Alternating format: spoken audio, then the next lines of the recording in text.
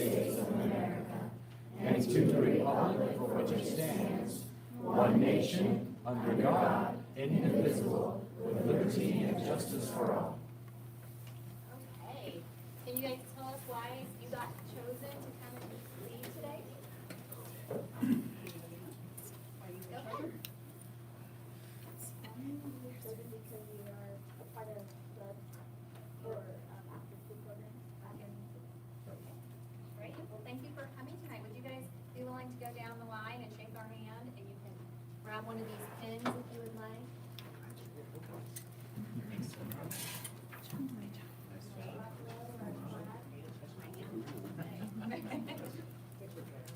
you for coming. Okay, you have more to go. Okay, you guys can stand up.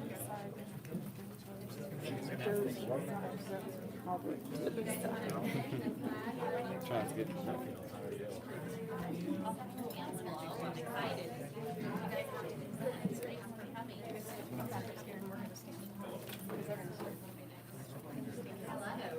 How are you?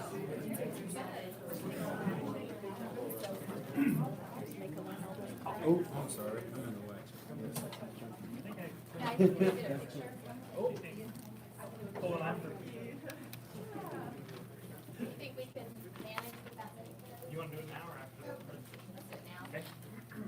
Do you want it after move forward? I just hold on. Just a step forward. No, I Be will. behind you all the way. We may have to spread you out here. Come on, You guys over, come guys. over in the middle and we'll take our picture together. Don't be nervous. You got it.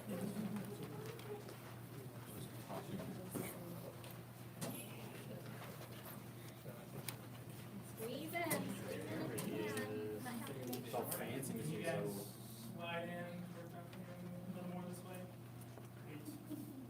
All right, I think I got y'all. Okay, ready? Right here. 1, 2, 3. Okay, perfect. Thank you. Thanks, guys.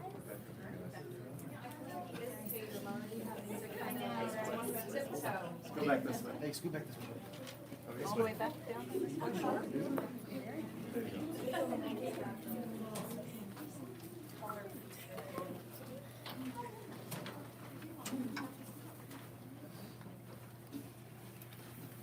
Okay, with that, we'll move on to the approval of the agenda. Madam President, I move that we approve the agenda with the following amendment. Additional certified and classified personnel actions for consideration, item B3. Okay, any discussion on that?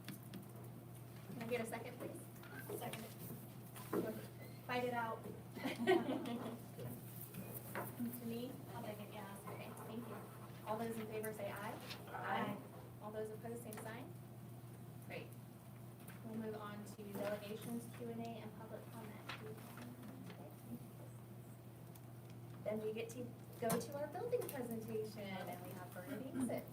Yes, my name is Gina Galpin. I'm the principal at Readiness. I'll let our teachers introduce themselves. Dave Deloach on the TOSA. Mike Hill, I do robotics and some of the after-school program. Justin Godwin, I teach 6th grade ELA, also drama club. Sherilyn Suderman, and I work with Drama Club and ESL students.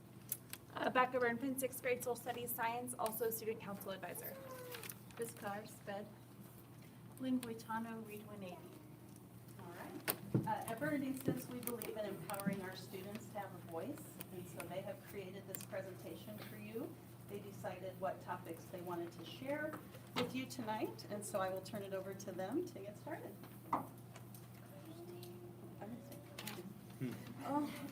Yes. Okay, my name is Ethan Castro, and the vision at Bernadine sits is that all students will become lifelong learners for a better tomorrow.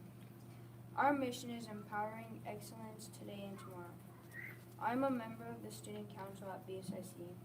Each homeroom at BSIC voted on a student that shows leadership, qualities represent their classroom on the student council. Student council gives input and ideas about decisions that are made at BSIC. We believe it is also important to give back to the community. We raise money to support people in our community, such as breast cancer and Haven House. My name is Elazar Sanchez. Our values at BSIC are included in our Pride program. Each letter in Pride stands for a value we believe in is important for all students and staff to be successful now and in the future. Preparation, respect, integrity, determination, and excellence. Each quarter we have a behavior celebration to recognize students for showing these qualities. In December, the Garden City Community College basketball team came to congratulate students on making good choices and encourage us to always do our best. Students and staff had the opportunity to play basketball with the players. My name is Liliana Readiness. I am a member of Student Council. Last school year, a survey was sent to students about possible activities during stretch. The students voted to start a walking club. This year, we started the walking club during stretch to encourage the students to stay active and lead a healthy lifestyle. Students walk or run laps and scan their IDs to keep track of the miles they complete. Students earn charms for their lanyards each time they complete 5 miles so far. The 5th graders are in the lead with 1,979 miles. Our 6th graders have a total of 1,635 miles. My name is Valeria Medina. I am a member of Student Council. The Student Council runs the school store Mondays, Wednesdays, and Fridays. The Student Council makes announcements in the morning that the school store is open. The students can get passes to attend the school store and shop for pencils, erasers, stickers, scrunchies, and more. My name is Alize Martinez. The money we raise is used to purchase items for our school or donate to the community. We raise money for breast cancer in October, and Student Council matched the donations for a total of $250. We will use the money this semester to make goodie bags for children at Haven House. My name is Trevin Tabor. We have 5 competitive robotics teams at BSIC. In order to qualify, you need to have good grades and can't get any referrals.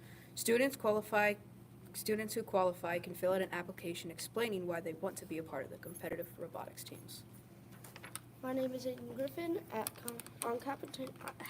competitions, we compete against other schools. We earn points when our robots complete the requirements for the competition. My name is Isaac Owens. It is important to work as a team because working together helps teams be successful. Teams that don't work together well will not earn points and will not be able to qualify for the state competition. Our robots must be able to move and lift objects.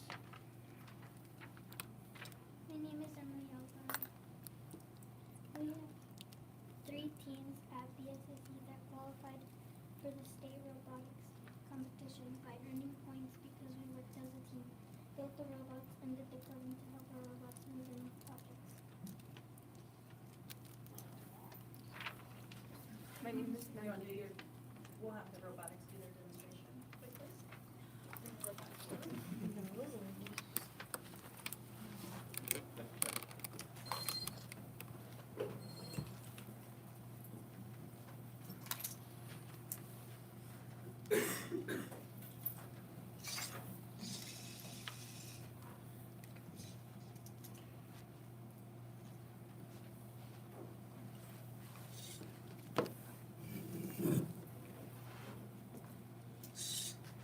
This is usually how they would be set up.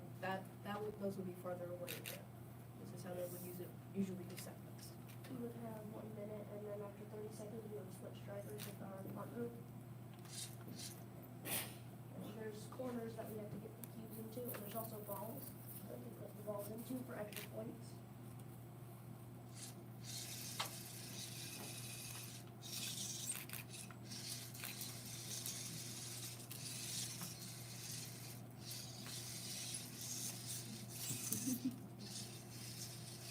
How long did it take you to build the robot? I'd say it took our bot about maybe a month. So did you have some trial and error where you built some of them? Lots of trial and error. And does each team build have their own robot? We have groups of 4, and each team of 2, we have shoulder partners, and we have teams of 2. The teams of 2 build 2 robots for each group of 4, and they get to decide on which robot they want to take to competition.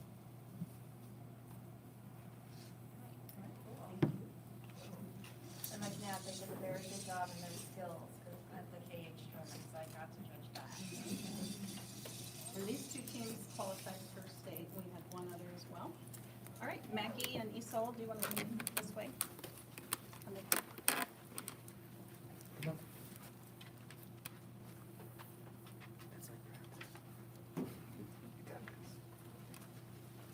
My name is Maggie Guzman.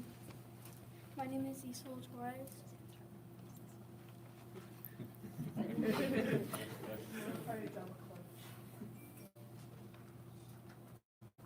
How you join Drama Club is there's a paper telling you what you have to do and the requirements, and you have to have no referrals. You can't have 3 FYIs, and your grades can be lower than a D. During drama club, we practice a script, and there's different sections that we're exposed to. There's makeup crew, the set, the actors, and the someone. Opportunities that you have in a drama club is to make new friends and to learn more about acting and set and makeup. The show that we perform in May for the school and parents is sort of important. We're going to do a small skit from that.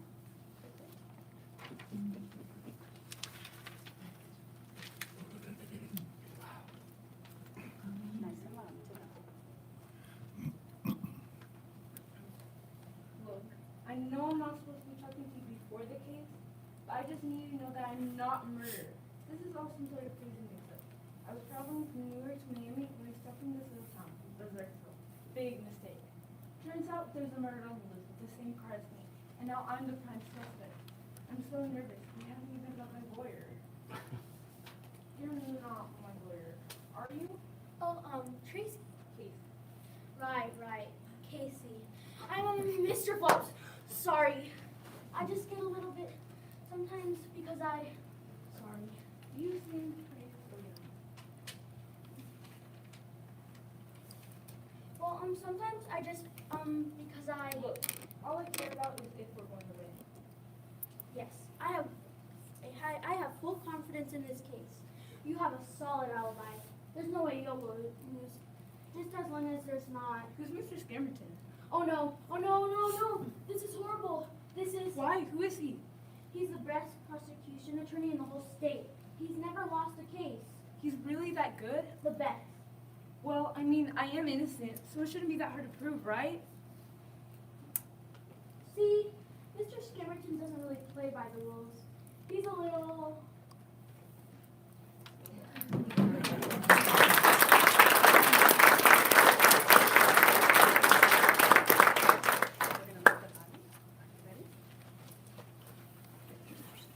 Thank you for everything you do for Vernon Sits Intermediate Center.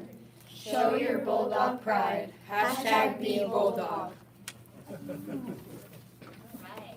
Well, thank you so much for your presentation. Is the board going to get an invite to the play at the end of in May, you said, towards the end of the year? Okay. Do you have to memorize all your lines? Okay. Well, so far, so good, I'd say.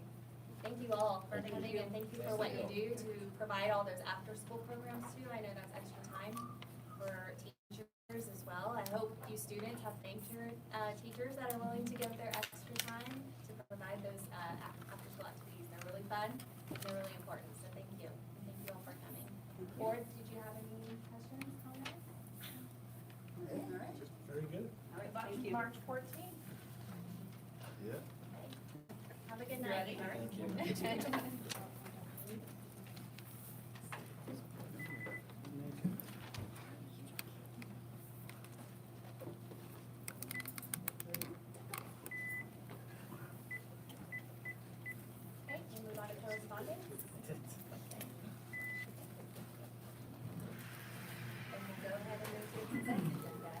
Madam President, I move that we approve the consent agenda as previously amended. Do I have a second? Thank you, Mark. Do we have any discussion? Okay, all in favor say aye. Aye. All opposed, same sign. Great. Okay, so we are now ready for curriculum reports. We will have our kindergarten readiness.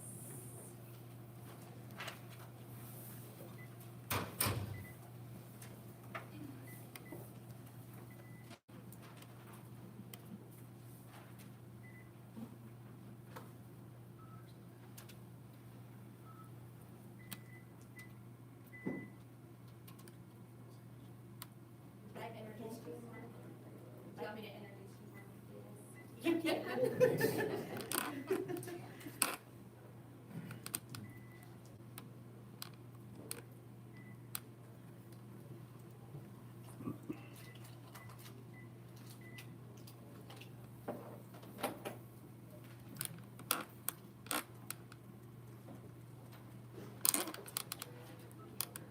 Well, I am Monica Diaz, the Language and Literacy Coordinator for the district, and I will be presenting on kindergarten readiness. And here in a little bit, Mary Carlin is going to present along with me. She has a couple slides on kindergarten readiness. She's the link facilitator, our grant link, and she's also community engagement. She wears lots of hats, and she helps with a lot of kindergarten readiness and some early childhood grants that we were able to apply for as well.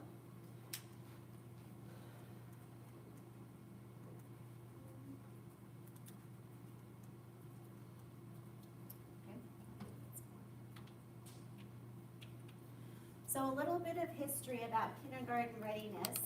Back in the year 2013, the board approved Readiness program, and that was a K-1 readiness program. So just focusing on kindergarten, we call that first grade readiness. So at the end of kindergarten, we like to make sure that, or we need to make sure that the kindergartners are ready for first grade. So at that time, we came up with an exit criteria for kindergarten, which included a mandatory retention, and that has helped reduce the number of kindergarten retentions that we've been doing in our district.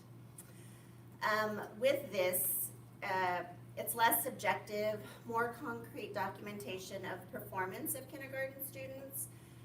There's a rubric that we use, and it lays out specifically end of the year kindergarten expectations. So that continues.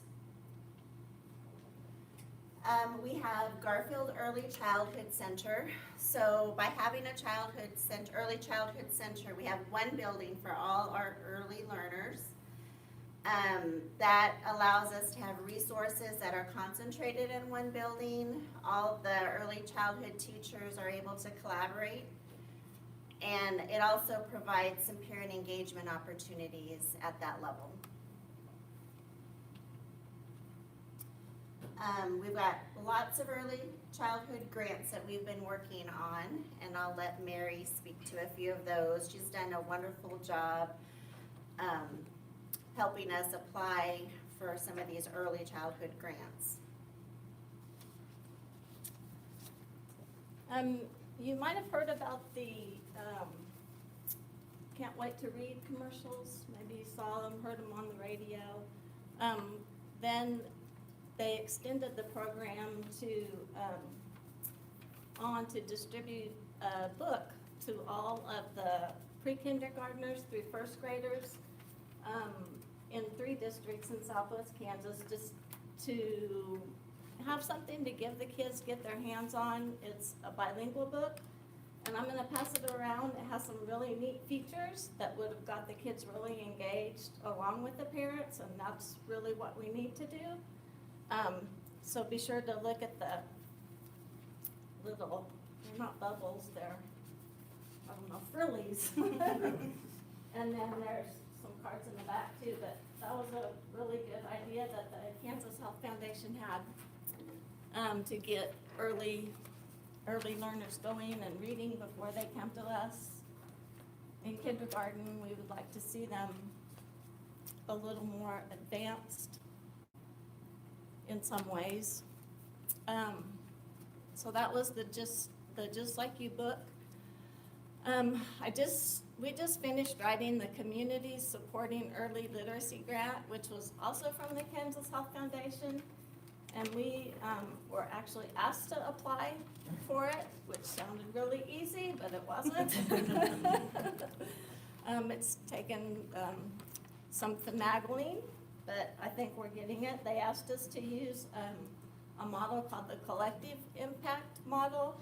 So it's not just USD-457, it's us along with all the other stakeholders in early childhood. So we're working with parents as teachers, we're working with all the other Russell programs, we're working with KCSL and the Finney County Library.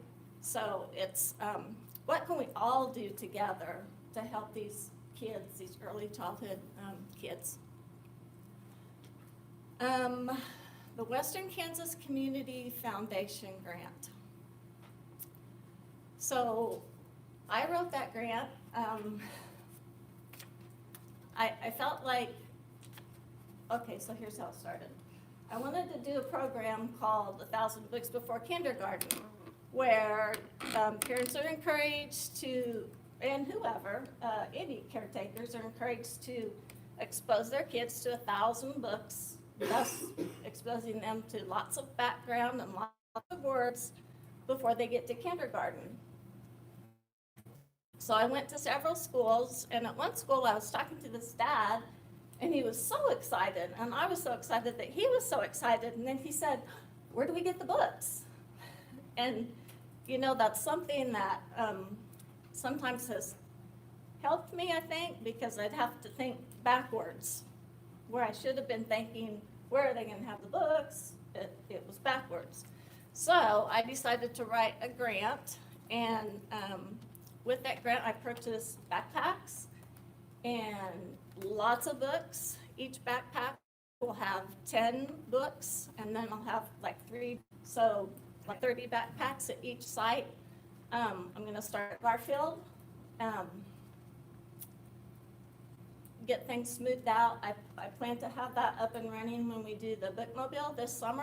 We scan the barcode on the book, and we can scan a child's, just a number. It won't be a name or anything like that, but we'll have really concrete evidence now. What kids are coming from what location, how many times they're visiting the bookmobile, and I think we'll have some good numbers. A little more high-tech than just tally marks, which is what we've been doing and how we've been counting. But I think, okay, then we also have the FinUp Foundation grant that I think this will be the 16th year, and Leanne started with this, and it's a great program. If you don't know what the bookmobile is, we have different sites, and they go to different sites during the day, morning. They're usually done by 1:30 before it gets really hot. But they'll have also the lunch bus goes along with them, and they visit sites where there's low SES, so these kids don't have access to books. And we had 2,500 kids actually going to the bookmobile last year. So this year, I've asked the children's librarian, a really enthusiastic go-getter girl, if she would come and do some programs along with Bob. So it'll just be a short 10 or 15 minutes, but that might be another attraction to get more kids there. So then we also have the LINK grant, a KPP grant, and that stands for Kansas Preschool Pilot, and that was for the early childhood 4-year-olds at risk. So with that grant, we were able to have a pilot classroom this year. LINK funds a classroom, a 4-year-old classroom at Garfield, and then there was also a state pre-K classroom that was open, all using grant money. So that's really good. Oh my gosh, okay. Mary, can I ask a quick Yeah. question about the Southwest Kansas? Are you, you mentioned the number 30. Are you starting with like 30 kids to start it off, or is that? We'll have about 30 backpacks at a site. So the kids can come in with their parents, before school, and they have a specific para there that will do this, and she'll check the backpacks in and out to the kids that come and check them out. So I wanted a variety of developmental levels, because maybe she's got young kids at home that are too young to start at Garfield yet, toddlers, so she could check out a backpack full of books for toddlers, she could check out a backpack full of books for 3-year-olds. So that's during the school year then? Right. Okay, thank you.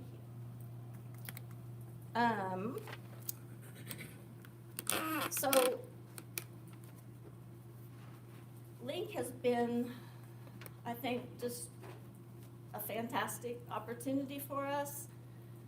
And I've tried really hard to do the best I can, being a good shopper and spending the money wisely, but just getting books to kids that need to be exposed to books. So I've reached out to places like Genesis and Dr. Stuckey. They don't belong to the American Pediatric Association, which does the Reach Out and Read, but she was just really anxious for the opportunity to be able to give books to her kids that come for wellness visits. And then she also talks to the parents about developmental milestones and where they should be. And I was really fortunate that she was able to do that, because I know they're really busy, but that's something that was really important to her. So that's gone really well.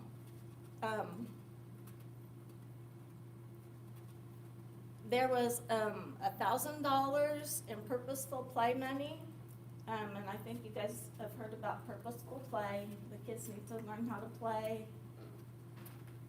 when they come to school, hopefully before they get to school. So we were able to give 4 pre-K classes $500 grants, and kindergarten classes in the district got $1,000, because basically we've taken all the toys out of kindergarten. So now we have put them all back where they should be, and I think that's going well. And I know the teachers appreciated that a lot.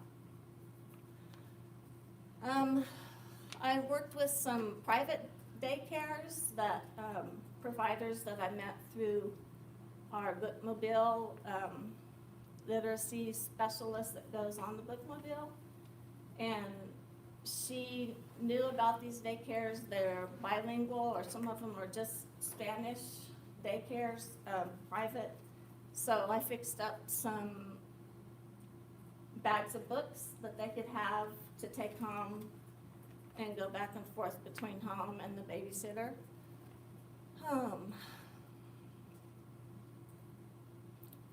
WIC is a really valuable program that we have in Finney County. I have provided board books for their classes. They do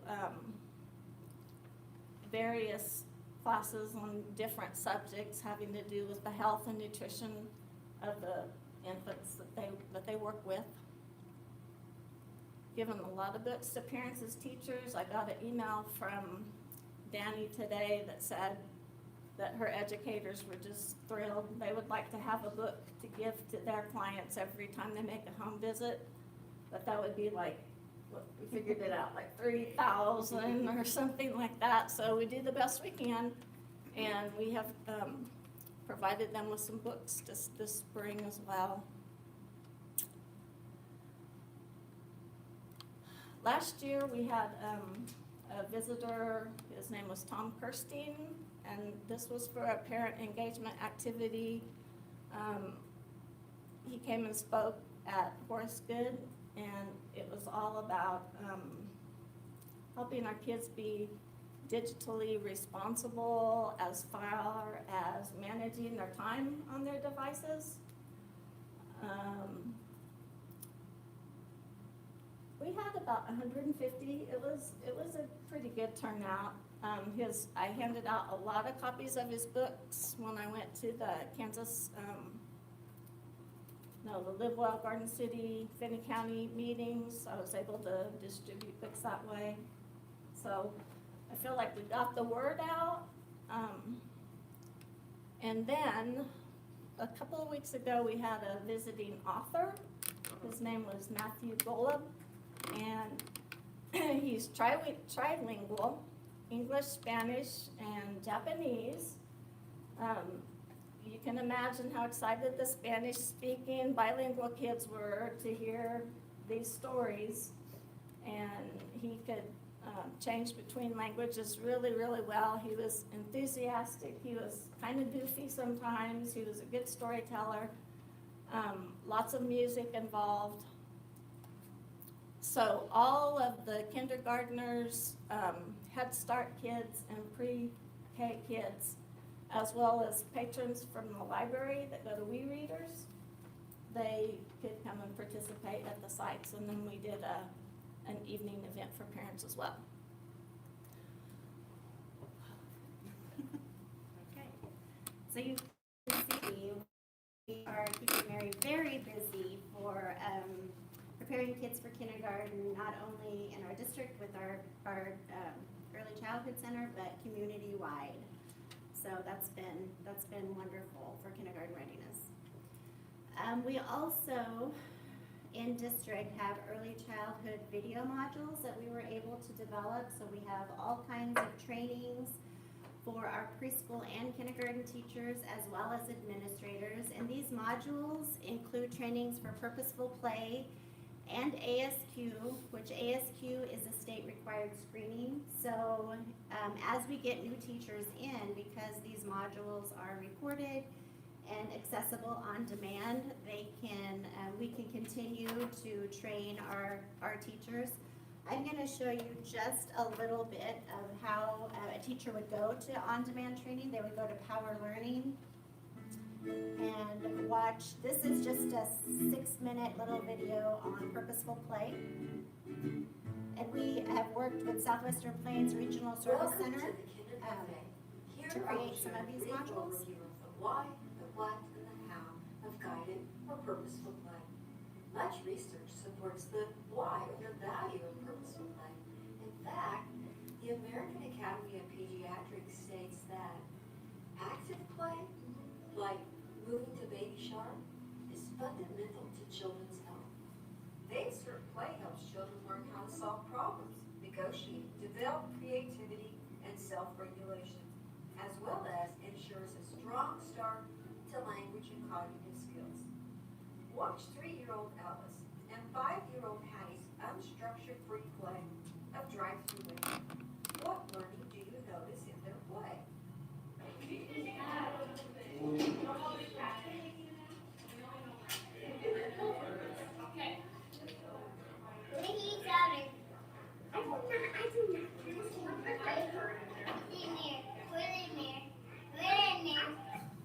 Did you notice Ellis's beginning understandings of money in exchange for goods? His problem solving as he worked to figure out how to tear out the receipt from the receipt pad? If research documents the value of play, how can we as teachers use it as a pedagogical framework for learning in our classrooms? I'll go ahead and stop it right there, but we've got on Power Learning several modules similar to that, some of them longer. So even administrators that might question why we're doing purposeful play in classrooms, we've got the research, we've got modules to help support the reason why purposeful play is important for early childhood and kindergarten learners. Monica, are those available or shared with some of the other stakeholders in the pre-K that we work with? Do you open that up to share it, or? We haven't, because they're all on Power Learning, and I don't believe they have access to that, but That's a great idea. We could definitely figure out a way to maybe share a link with them to offer some of those resources, because they're very valuable resources. Some of our lead teachers have done district-wide professional development on purposeful play, and we have those recorded as well. So we can definitely figure out a way to share those resources. Like I just said, we have a kindergarten readiness team. So this team will provide ongoing training and support for kindergarten readiness and the research behind kindergarten readiness, so that we continuously provide that PD for new teachers and refreshers for those that need it as well. So beginning in 2018, when we received the LINK grant, clear through 2021 upcoming, we are allowing all kindergarten teachers from every building, at least one from every building, the opportunity to go to a national conference called NAEYC, which is the National Association for the Education of Young Children.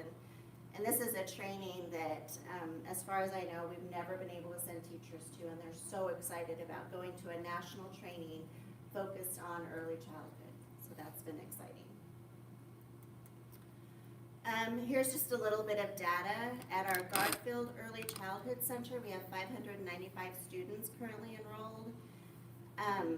The year 2018-19, we added 4 classrooms, and 2 of those were bilingual, and just this year we were able to add another one through LINK as well. ASQ3 is a screener that the state requires us to give to all of our kindergarten students. So one thing we noticed this year was that we had a drop in participation, which this screener is given by parents, not teachers, so that's a little bit different. We transitioned into some online surveys, and we think maybe that was a little more complicated for some of our parents to do online. So we're making some adjustments and hoping for some better participation this year. But overall, the data coming back from the ASQ is pretty positive. 82% reported no concerns, and this is parent responses to these surveys.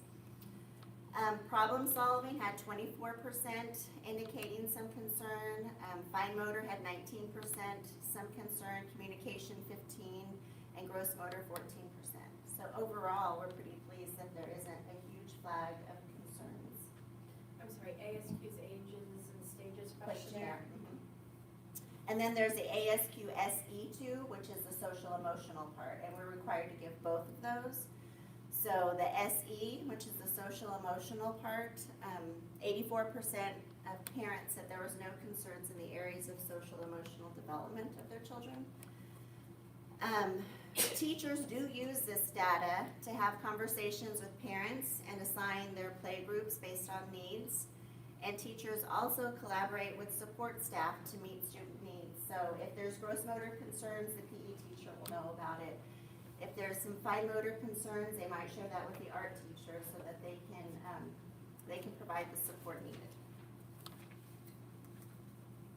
And finally, I just wanted to share, we have new curriculum. So Garfield has Connect for Learning, and kindergarten also is participating in Benchmark Advance for their curriculum.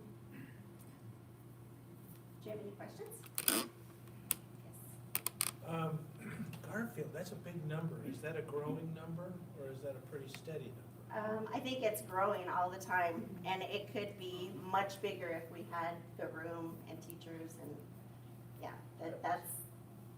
That was my sense. If you ever just sort of sit there and watch the beginning of the day or when there are classroom changes. It's amazing. That is a busy place around that building. Transportation, I just can't even imagine how they get all of that done either.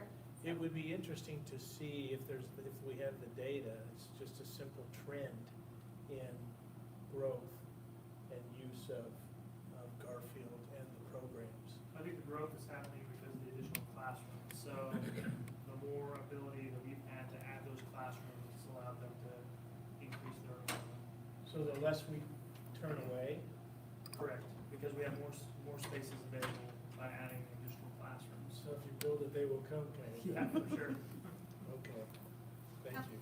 And the data that you showed was parental concerns or parental identification of strengths and weaknesses. What about your data with regard to the rubrics you use to determine if kids are ready for first grade?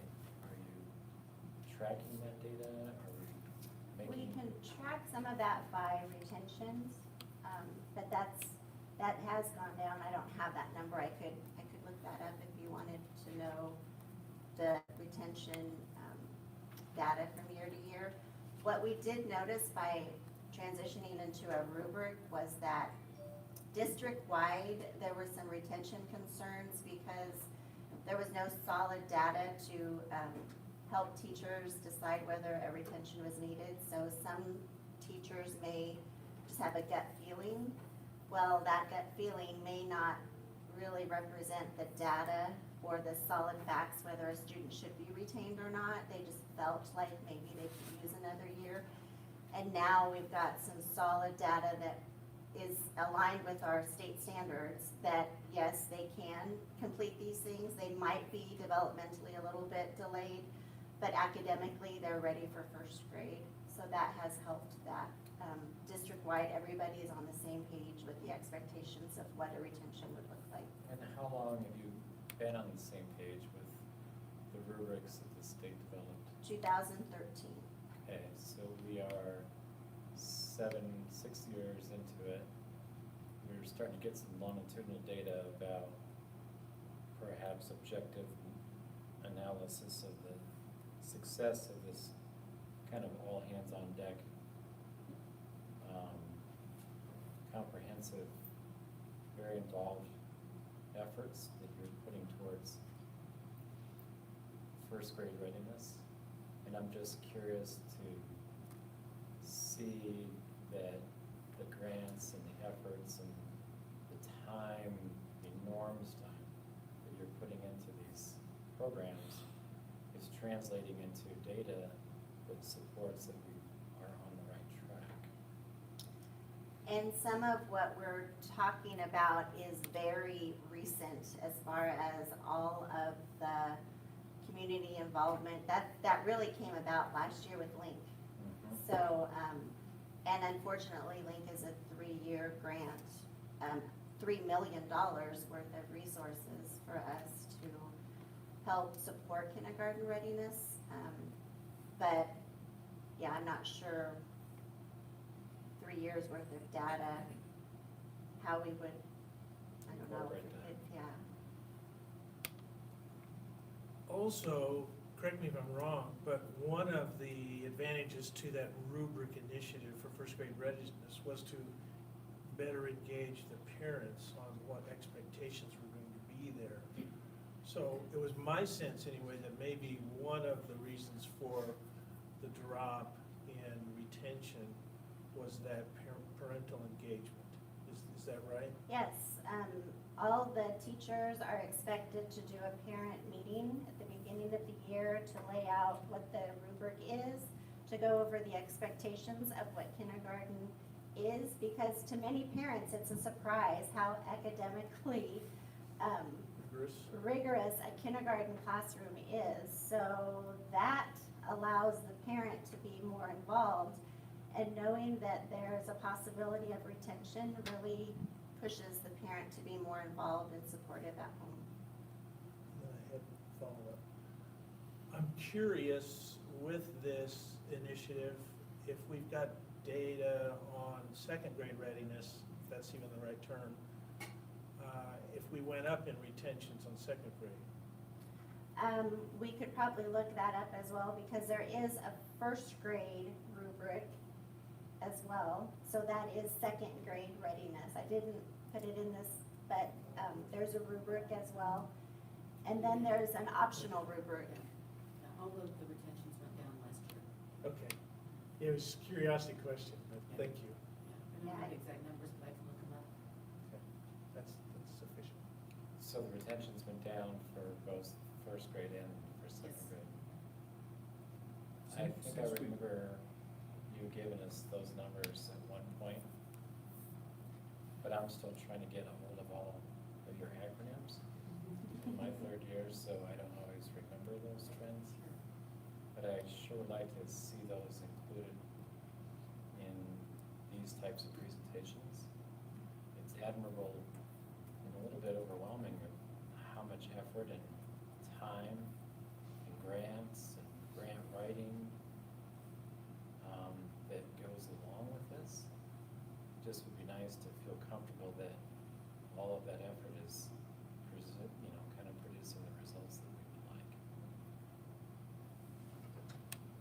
Yeah, I just had a comment that I wanted to make. I know how time-intensive grants can be in collaborations and reaching out to other partners in the community, so I really appreciate all of the work that's gone into working with all of the other partners and stakeholders in the community. It's such an important piece that everybody's kind of on that same page and working together and not reduplicating those efforts, with other agencies. So I really appreciate, Mary, all the work that you've done with the link grant and trying to get all of the other grants put in place to do those and everything that you're doing to get those kids ready and support other agencies. Fabulous. Yeah. Well said. It's tremendous. Thank you. Mark, you asked about the numbers at Garfield, and they ended last year with about 615, and they're at 595 now. So there'll be more coming in. Most of them referrals from Russell at the end of the year, so we expect them to go over that. Well, one of the reasons we put so much resources into that, the build the classrooms and they will come, is, unless I'm wrong, is this criticalness of launching those kids in their educational career in a way that is not disruptive to the kindergarten and first grade classrooms. I mean, just figuring out where this large diversity of young people are in their abilities, and then trying to help them through, helping them and the parents expose them to words and books and trying to get them all into that place where the kindergarten teachers can work with them in the first grade. And so it makes sense, particularly with our demographics, that we would put so much resources. I'm just amazed and encouraged by the energy and the caring of people in those programs. All right, our next presentation are the CTE Pathways update. Jenny? Thanks, good evening. CTE Pathways update tonight. When I last spoke to you, I think it was October, I talked to you about Perkins 5. We had just completed part 1 of 4 parts to the Perkins 5 application. It's not even the application, the Perkins 5 local needs assessment, which comes before the application. When I talked to you, I was really frustrated with the labor data that KSTE had given us. I think you remember you had a lot of questions about that. And we worked really hard to find data that was accurate and correct for our region, and it took a lot of hard work and a lot of time.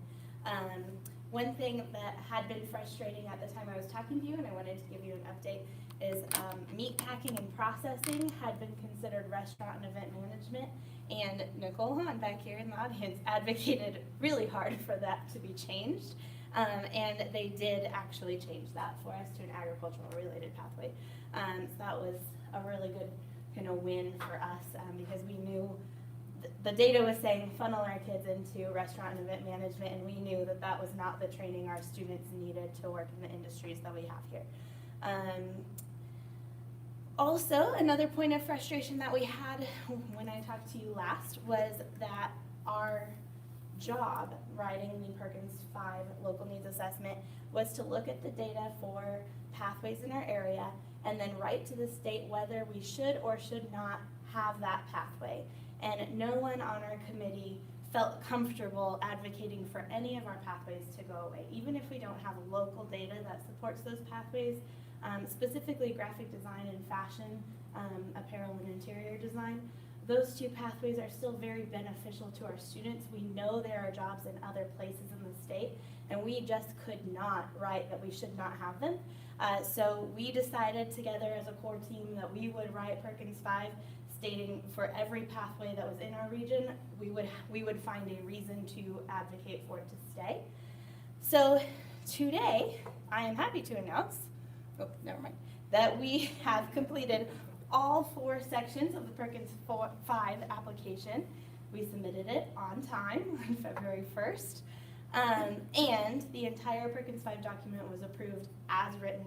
So all of the pathways in our region will be funded. All of the ones that were existing will still be here. And I'm not talking just Garden City, USD-457. It's everyone in our regional area that was assigned to us. That includes Sublette, Lake and Leota, Holcomb. There's about 12 districts, and I didn't memorize them. But so that is a huge win and blessing for all of the CTE programs in our region and area. So I'm very excited to let you know that it was approved. So right now, I am just waiting for the new, so that was for the local needs assessment. Our application will be based on our local needs assessment, but we don't have the application yet. So that's kind of waiting at the moment.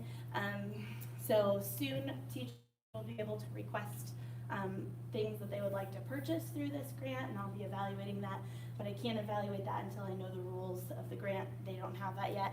They've released a few rules one at a time, but not an entire document of rules that we've been used to for the past 12 years under Perkins 4. We've had a list of rules. We knew if it fit or if it didn't fit. So currently in a period of waiting with the Perkins 5 application, which will be a yearly application based on our local needs assessment, which will be reevaluated every 2 years and rewritten every 4. I would like to say that the core team that included Nicole Hahn and Chuck Pfeiffer and Julie Farr put in so much effort. And so I did bring you copies. I mean, literally, if you want to read it, this is 32 pages of our blood, sweat, and tears.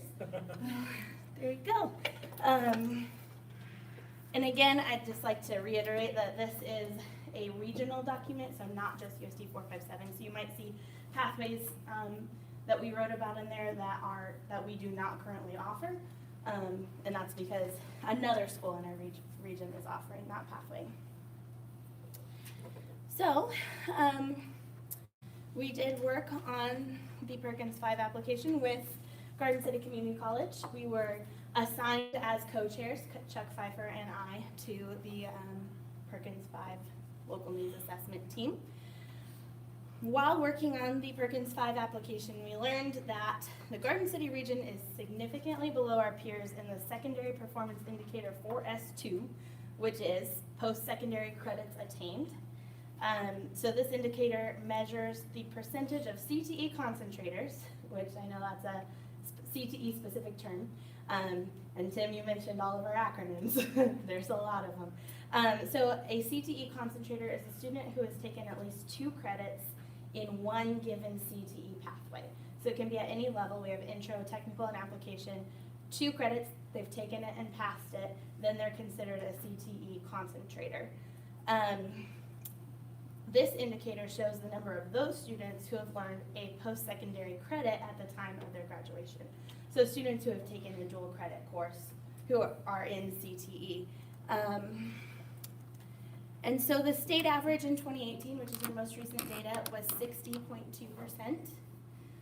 The state goal was 55%.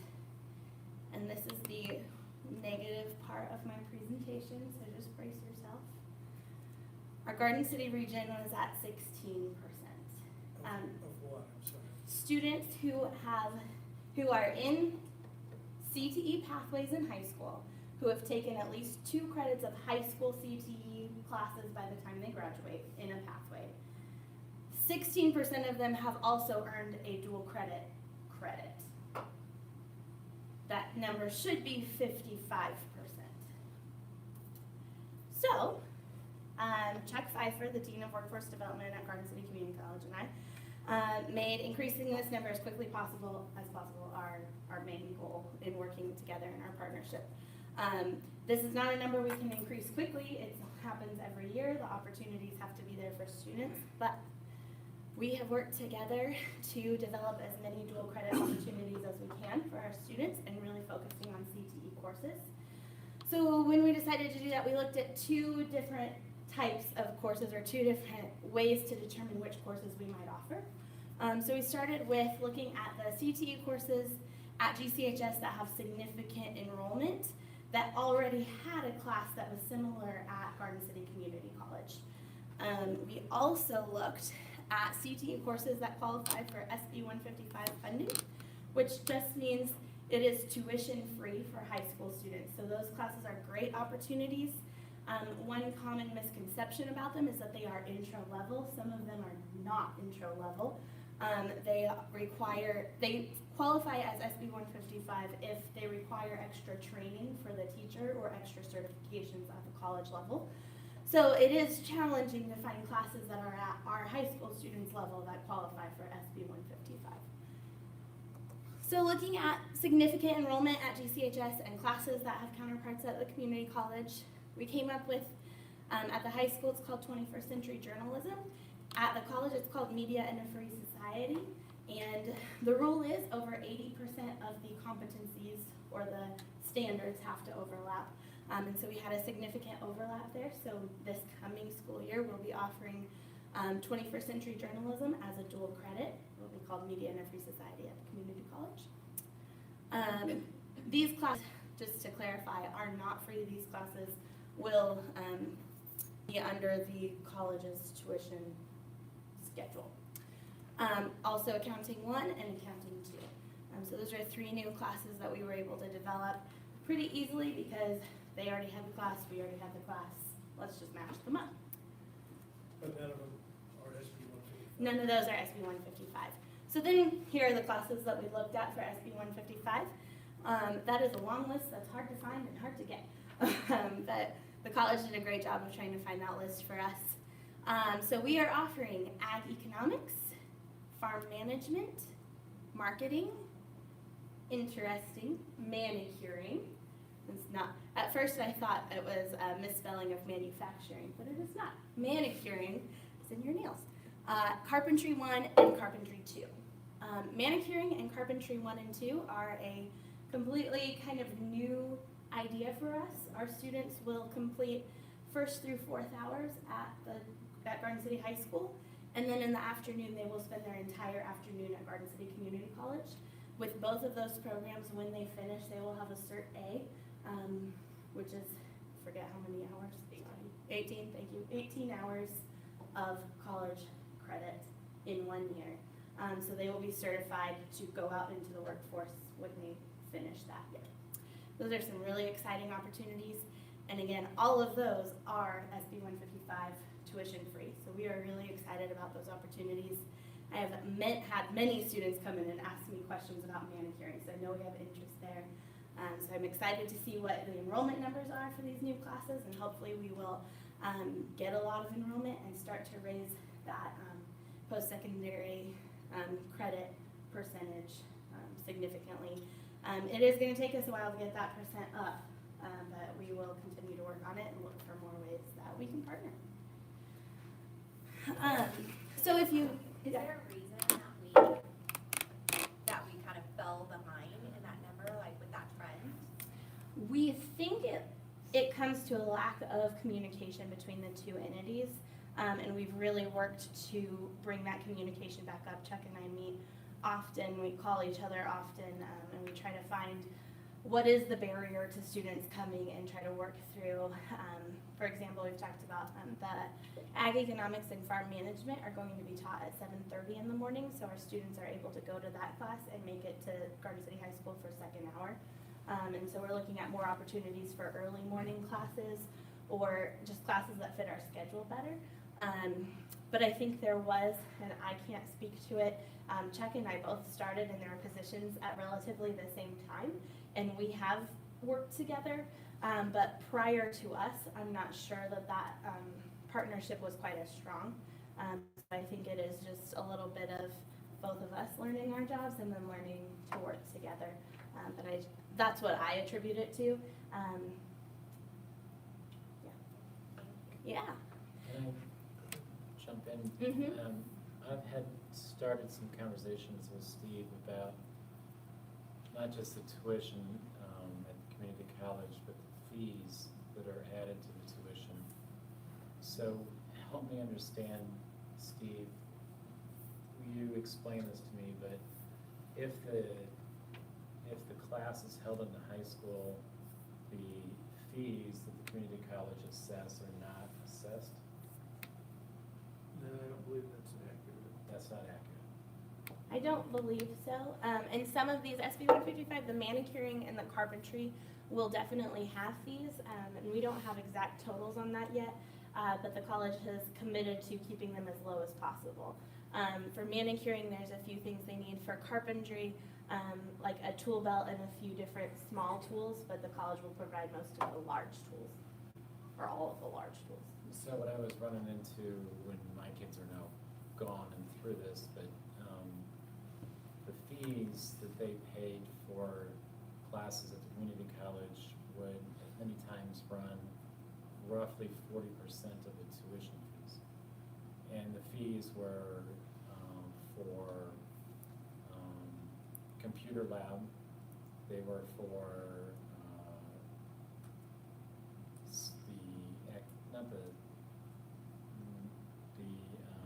sports and entertainment was part of the fees. Do you remember, Steve, we went through these? Yeah, I think we sent it out. I don't remember specifically, but I think we've given you a breakdown right. of what those went to, and those are things pretty typically at Garden City Community College that probably our students wouldn't utilize. Correct. And these, and I'm not misspeaking here. When you and I went over it, because I don't have them in front of me, but the fees would approach fairly close to 40% of the tuition per academic hour. And so I have been asking the question, if you multiply that times however many hours each of these classes are, is it possible that the community college fees are becoming a decision-making factor for whether or not people follow up with some of these dual credit classes? I mean, in our situation, I mean, of course, it's not about my situation, but I did look at the tuition bill for my kids and got set back on my heels pretty hard related to the number of fees and the amount of the fees that the community college was assessing, especially in relation to tuition, for services that the kids would never use. Yeah, I mean, that is a factor, could be a factor. We have no control over that. But I do know that they have told me they are trying to keep the fees for these classes as low as possible. And their carpentry was approved for the college last week, so they are working pretty quickly to get it ready by next year. So they do not have the fees out to me yet, so I don't know how much they are, and I can't tell you that right now. But I don't know if it includes computer lab or not. Jenny, yeah. So on most of the CTE courses, the tuition and the standard fees, there's no charge to the students, is that right? There's no. Some of them there's specific, like if the program has a lot of supplies right. specific to that program, then there will be a charge. Right. Definitely there will be a charge for manicuring and carpentry. Sure. And both of those, they explain, for manicuring is like a health, safety, you can't use the same tools and different, I'm not a manicurist, I do not know. But like for marketing, there should not be any fees. cost. But for the academic-oriented courses, then tuition and fees applies. And the college does provide a pool of scholarship money to help many of our students, but that only goes towards tuition. So for those academic courses, those students are then responsible to come up with a way to pay the fees on their own. There might be another scholarship out there that they qualify for, but there's no normal source of revenue that we have to assist them with that. Is that accurate? Yes. Okay. So when our students apply for these dual credit classes with the college, are they eligible for community college scholarships? Just all the general, and I mean, I know some of them have requirements, but are they eligible for those scholarships? Generally, those scholarships are for a full-time college student, Okay. but Dr. Carlin was mentioning that the college does have a scholarship specifically for high school students. So if you lost count, we are adding 9 dual credit CTE courses to our enrollment guide this year. Students should be in them next year, and hopefully by the end of next year, I can report a higher number than 16% to you, and that is my goal. Did those go out in the enrollment packets? Because Yes. when I was looking at the enrollment packet, 21st century journalism didn't mention dual credits. So did we get those out to the students? We did, and Did I read it wrong? pretty sure it's at the very bottom in bold that says it's an opportunity for dual credit.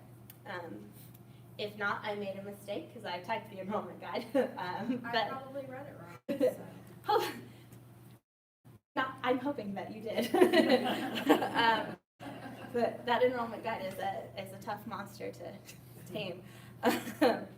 We are also looking into the opportunity to possibly have an auto mechanics pathway at Garden City Alternate Education Center, using the facilities we already have at JDA. That's a few years out, because there's a lot that needs to be done to make that happen.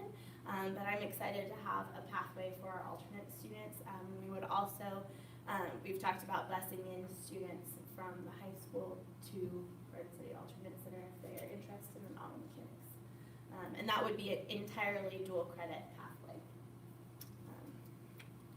Also, we have a new pathway. So the health science pathway we've had for a long time, and KSCE has teams that get together regularly to look at all of our pathways and classes and the competencies and determine whether or not they're accurate, or things that they're timely and something that we should be doing.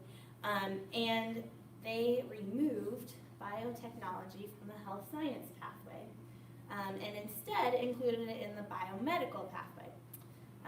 So looking into that, we have biotechnology under health science, but we did not have a biomedical pathway, and biotechnology would not be funded once it's off of health science if we did not add biomedical. So luckily, we already had all of the intro and tech level courses that we needed to offer biomedical, so we last week submitted our application to the state to have a new pathway, which is biomedical. So the intro level classes are biology and chemistry, which I love because their students are already taking those. So they already have at least 1 credit in one level for CTE. So in order to get them to a concentrator, I only need 1 credit, and that makes me happy. So then for the tech level, they have body systems and robotics, and at the application level, then they'd be taking the biotechnology course. It's really not a change in what we're teaching. We were already teaching all of those courses. It's just a change at what we're going to call it, and we get to say we have 1 more pathway now. So, kind of exciting. And we are continuing partnerships. We've developed a quarterly meeting with representatives from Holcomb, Garden City Community College, and USD-457, with superintendents and principals and Dr. Ruda and everybody who has anything to do with anything, we invite them.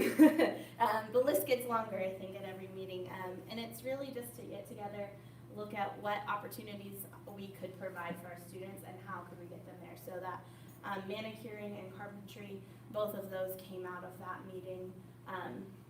We brought the idea, and then we figured out what time would it need to be, how could we transport students, some of that funding, and all of that was discussed at that meeting.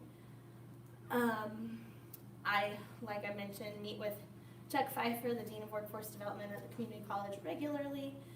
We talk about additional dual credit opportunities that we could offer for our students and how to make sure that they're prepared to go to college. Something unique is that Chuck and I are actually looking into attending a strand at the Avid Summer Institute together, which would be, I think, unprecedented territory for us to go to a training and professional development together. But Avid now has a strand specifically devoted to how community colleges and high schools can work together. And so we're both excited about that potential. Just need to make sure the dates work for him, but other than that, we're planning to go. So that'll be, I think, a great opportunity for us to really brainstorm and pull some ideas in a structured environment. So excited for that.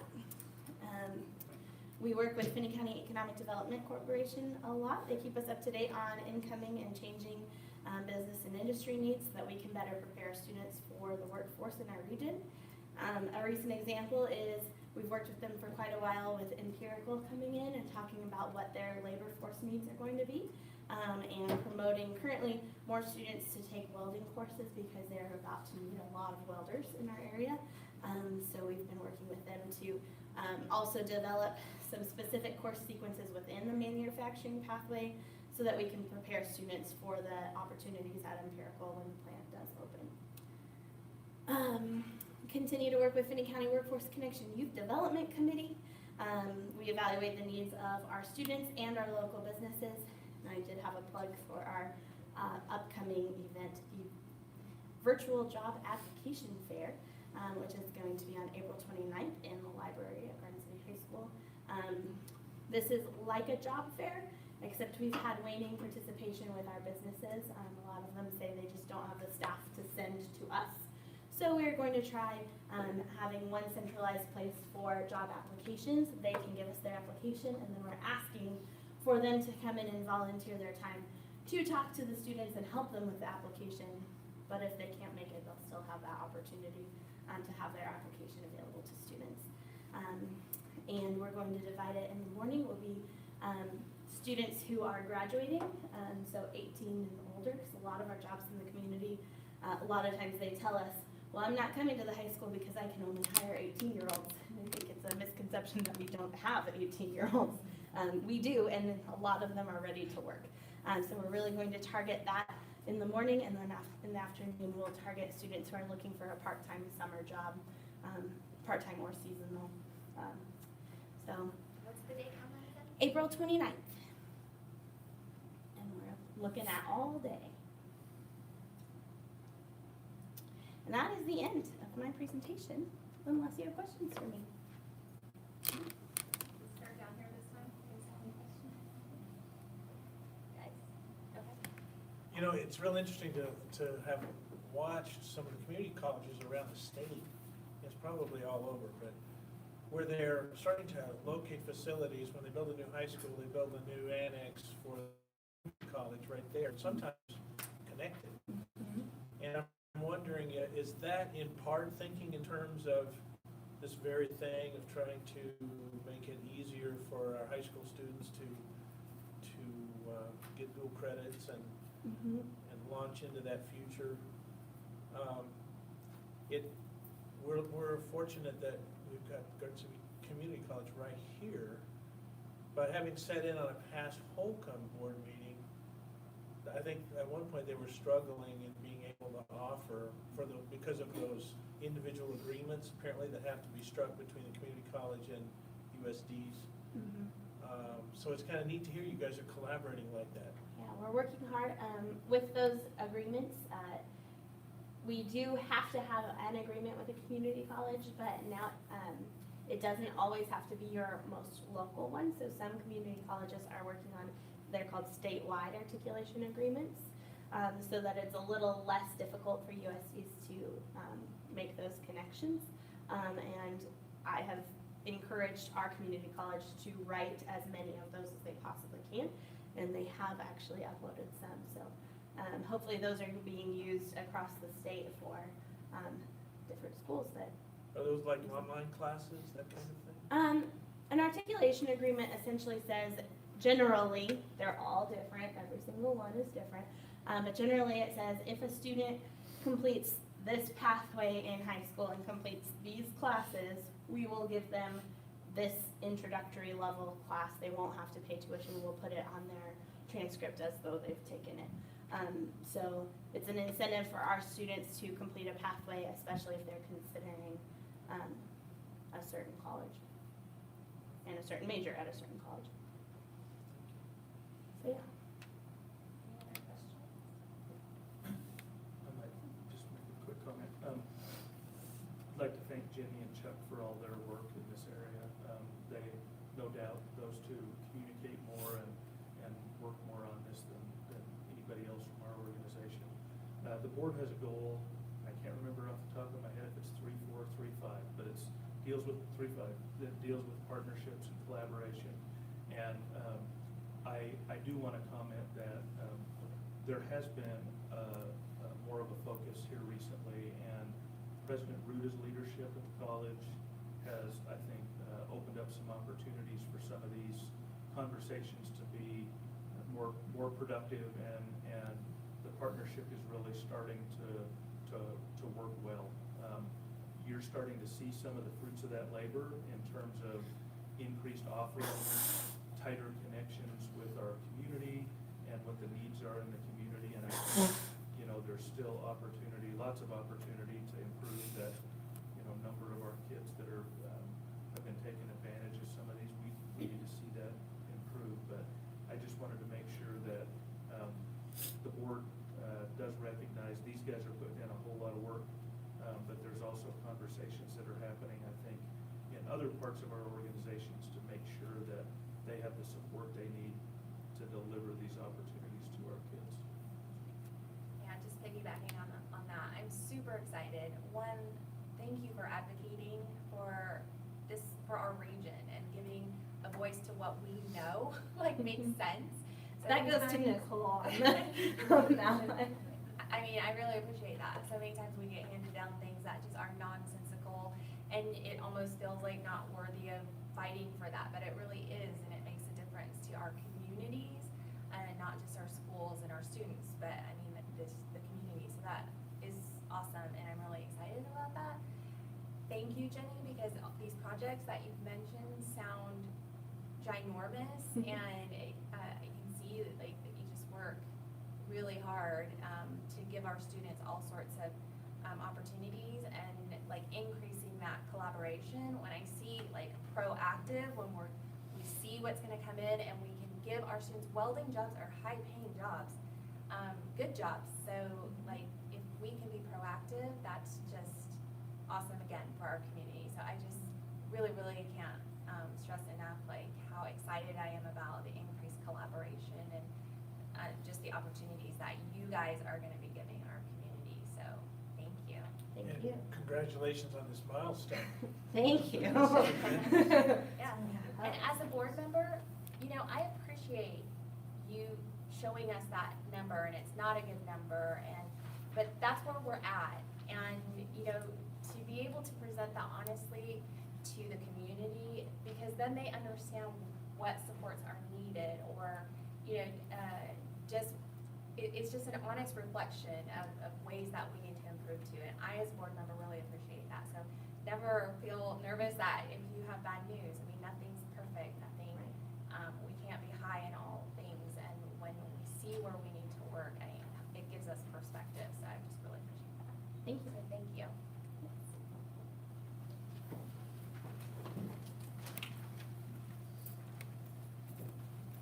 All right, we will move on to the school calendar recommendation for 2020. Mr. Hogan.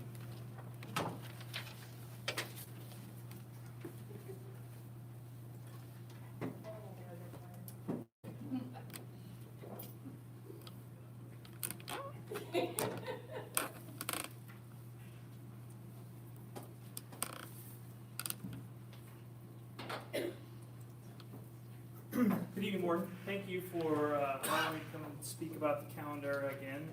I spoke in the fall a little bit about our process with adopting a calendar as we took steps, and the board provided a charge to that committee.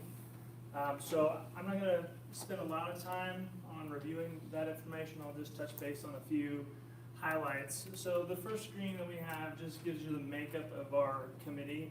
And again, fairly large committee. So overall, we have 27 participating members, and 21 of those people can vote as we're narrowing this process down to select our calendars that we take to a vote. The charge of the committee, this is what the board set out for us, which was super helpful. Maintain the current number of contact days for students. Currently, we have 174.5 days. Maintain a monthly collaboration component in the calendar. Consider the addition of breaks that may include federal holidays, and have a calendar present by this evening. So right on time. The goal of the committee is to create the best calendar for students within the provisions of the negotiated agreement. One of our actual norms is we want to keep students first. And so we review those norms as we go through our meetings each and every time. And then these are just a few of the things that we have to do by contract. Present 2 calendars that meet the provisions of the negotiated agreement. Some of those are, we have hours set in there of 1,183, total number of in-service work days, no more than 10 combined. Parent-teacher conference times, the length of duty day, those are all considerations as we're kind of revamping the calendar or working with the jigsaw puzzle. This next piece, we get input from as many people as we can. So parent surveys, we started that a couple of years ago with good results, and then we do a staff survey as well. All staff get to have input in that survey, and so it goes out to both certified and classified, but only our certified folks get to vote on that when it comes time. And then we created a parent survey as well, which is similar questions, just reduced in terms of the numbers that we ask. So the results of our parent and staff survey, we had 359 participants in our parent survey, which is just a little bit up from last year. That 322 mark is where we were at a year ago. But the staff survey was a lot more participation. 267 last year, and we're up to 418 this year. So good participation to have that. The board got all those results through the So You May Know. There was lots of information there. Again, things to consider as we were going through that process. We were able to get our work done in 4 meetings. And again, I think a lot of that has to do with the charge of the board. It's just setting a direction for that committee, again, with lots of brains in the room. And then of that work, we had 9 different drafts during that time that we pieced and parted and liked this and didn't like that and pulled things together. So those 9 drafts got us to 2 drafts, which we sent out to a vote, and you can see those results in front of you. So I know it's going to be super hard to see, so that's why I gave you a hard copy. So the calendar that has draft A on it, and I think it's stamped draft as well, that was the comparable calendar. So we had 2 that went out, and that one was unsuccessful. The one that's not marked was the one that we are recommending to the board tonight to go through. So a few differences in the 2 calendars. So we work with looking at things like our back to school in-service time and what we do with new teachers. And so we have 5 new teacher in-service days that we work with. And we've tried a lot of different configurations over the years. Way back in the old days, those were all front-loaded, so we had 5 days at one time. But based on feedback that we get from staff, that's a lot. So then we've done things like put a couple days up front and then split those days in half-day increments, perhaps throughout the calendar, so we would have an ongoing professional development model. And then some combination of that in the middle. And so this is kind of what we've landed on. 3 days up front, and then we split those days, again, kind of throughout the calendar to get to our 5. So that's one piece that's a little different. In September, another difference between the 2 calendars. We asked for feedback this year when the board gave us the charge for the 1920 calendar. We had the opportunity to train our staff in Avid for a 2-day in-service, and so that had to be built in to this calendar. So we asked staff, not that we needed Avid training again, but we asked staff if they liked that model. So the model being that we took those 2 days of in-service, moved them back a little bit, so it wasn't right at the beginning of the year, gave them an opportunity to kind of get your feet wet, get started, and then have some professional development. And we had some good feedback that staff liked that. So then our next charge was to, okay, what's that going to look like from a PD standpoint? So we built that in as an option because, again, it was based on that survey data that our staff liked that model. So that's the difference there in September and one of the calendars, that draft A. And then in November is the other difference, the real difference is the week of Thanksgiving. And so, again, we have one calendar. The unsuccessful calendar is more traditional, what we typically do, have 3 days of Thanksgiving. The calendar that is going to be recommended, it has an in-service day built in on Monday, a half in-service day for veteran staff on Tuesday, and then that other piece, that new teacher training that afternoon. So our students actually, for the first time in I think my history, will have that whole week off for Thanksgiving. So that's something that's that's different. And then January, not a significant change, but just the length of when we come back from our winter break and how those days were built in, again with a new teacher day being in January along with some in-service time. So that's kind of the calendar. We are not asking for action tonight. This is a first read for the board. But there is one more piece of information that I promised the committee I would share with the board. The committee would like the district to consider shortening the number of contract days that we have for our staff. I think you saw through our surveys that came through a lot. And so they just asked, would the district consider doing that? So they want that information out to you. Okay? And then the answer to that would go back into the mill next year? Potentially, it could be next year through, if we handled it through negotiations process, but depending on what that looked like, yeah. Other questions for me? Yes, ma'am. One of the charges was a monthly collaboration time. Looking at this calendar, it looks like there's 4 months of the school year that does not have a monthly collaboration time for Right. teachers. Right, so those are, again, just part of our process of working through and creating the number of days that are available.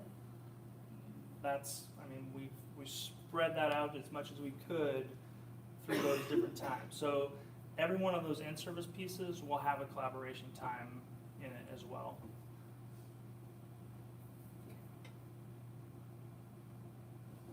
Other questions? I just want to make sure I'm clear. So one of the things that came out of the calendar committee was a request from the staff that we shorten the number of contract days. 4 teachers.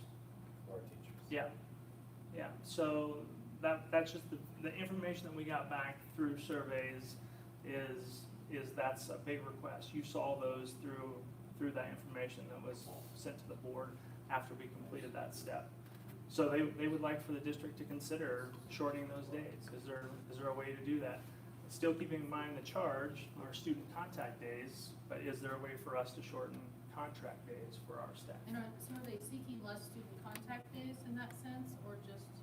Well, I don't know that they got into specifics, but they want to consider contract days.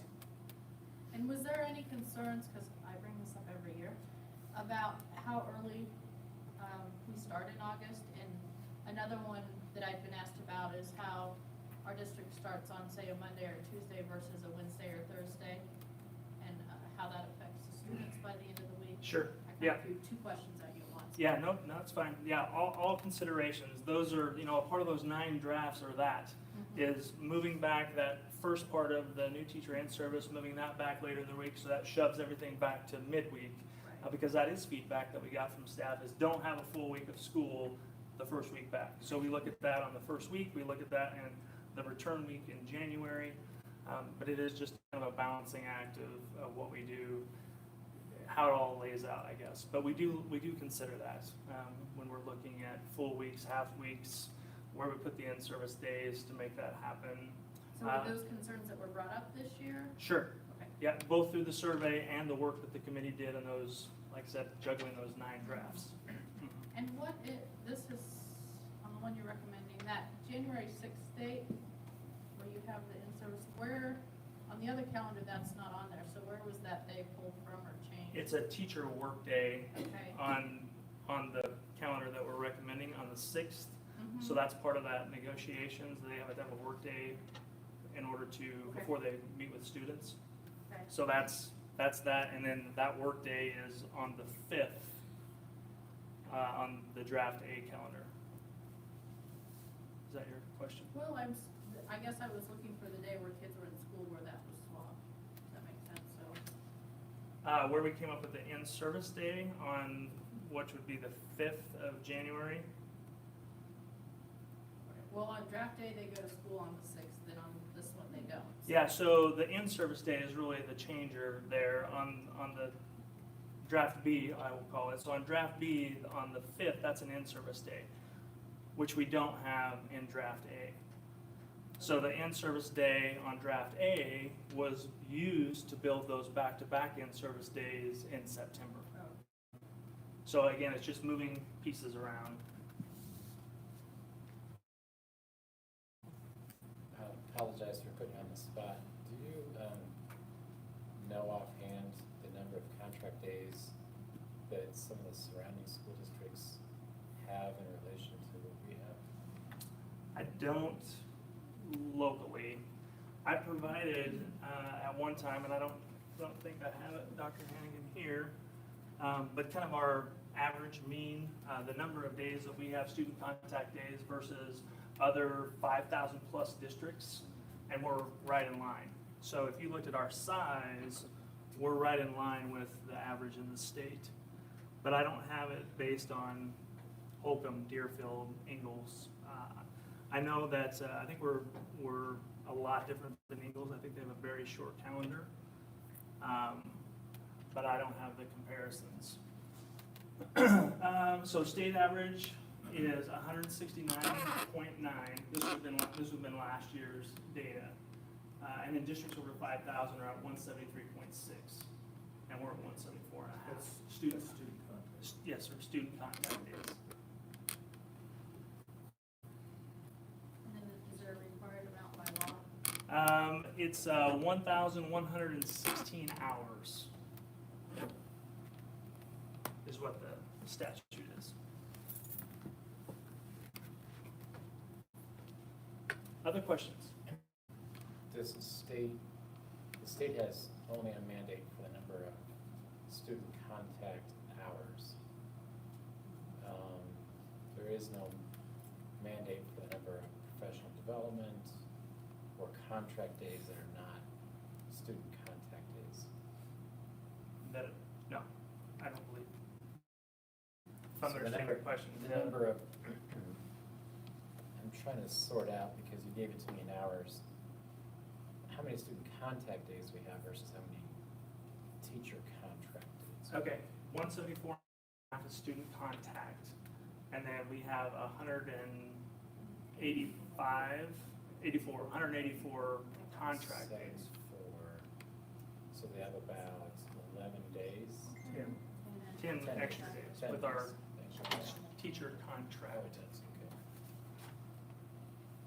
It's been a while since I've looked at this, so you may know with all of that information. Yeah. The survey in it. Did they have a recommendation for how many contract days they would like to see? No, they just, it's come up for several years, and so talking about when is where does that question fit, essentially. And so I told the committee, I said I would make sure that I shared that with the board in terms of those feelings that they wanted to look at that, because it does come through survey information over and over. If I recall correctly, and it's maybe putting you on the spot too, because this was even before I was on the board, so maybe Dr. Carlin might know. And I think it was Kathleen who was in KJ's spot, but we gave, the district negotiated for the extra days to do the professional development and gave a higher raise 1 year through the negotiated agreement to compensate for those extra days, if I recall correctly. Is that right? That's my understanding. I was probably still in high school, no, I'm just kidding. We're at Garfield. That's right, I was at the Early Childhood Center, so young. I'll let Dr. Kirkland speak to that, because it was before I was in this position, so. Yeah, so at one point, we added 3 days, I believe, can't remember if it was 2 student contact days and 1 PD day, or 1 PD, or 1 for the opposite of that. And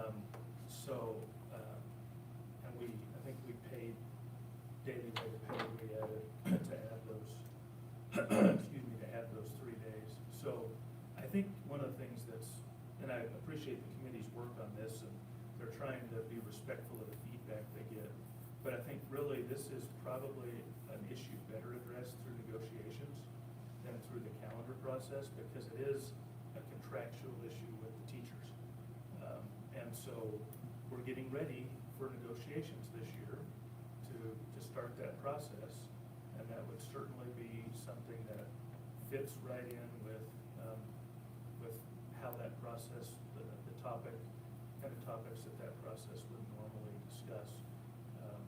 Because there are a lot of issues around that, and the calendar committee is, it's a pretty structured, as you can see, while there's a lot of choices, there's a lot of requirements to fit within the requirements of the negotiated agreement. I was looking at the one calendar, and Jennifer, your question, we're done a whole week before Memorial Day. So why can't you just move everything back and start a week later? Well, I'm gonna guess, I didn't go to those meetings, but I'm gonna guess they talked about that. Yeah, we did. And so It there's, throws off the length of the semester's times between the first semester and the second Notice I semester. didn't ask that one this year. Yeah, there's drop dead times that the staff want to have done, so it's part of the discussion. Well, and I appreciate that you bring up the negotiations part of it. I've had teachers visit with me, and sometimes they feel stuck because the calendars typically decided a little bit before, or it feels like, they feel like they're in a circle because they hear, well, that's negotiations needs to Right. decide that, but calendars decided, so then Right. we can't discuss it in negotiations, so teachers feel like they're not sure where to. Sure, and that's Ask that why we got here this evening, is because I promised the calendar committee we would do that. We would bring it to the district, the board, to make sure that was known, so you can figure out the chicken and the egg process. I think when we added those days, we actually couldn't do it for the very next year because we'd already set a calendar, so I think it had to go into effect the following year. I'm guessing if through negotiations, we shortened the calendar, I don't think anybody's gonna object if we cancel a day that's scheduled on the calendar and could probably more easily do a revised calendar, or worst case is it may take a year to step into it, but it's certainly, that those kind of things could certainly happen.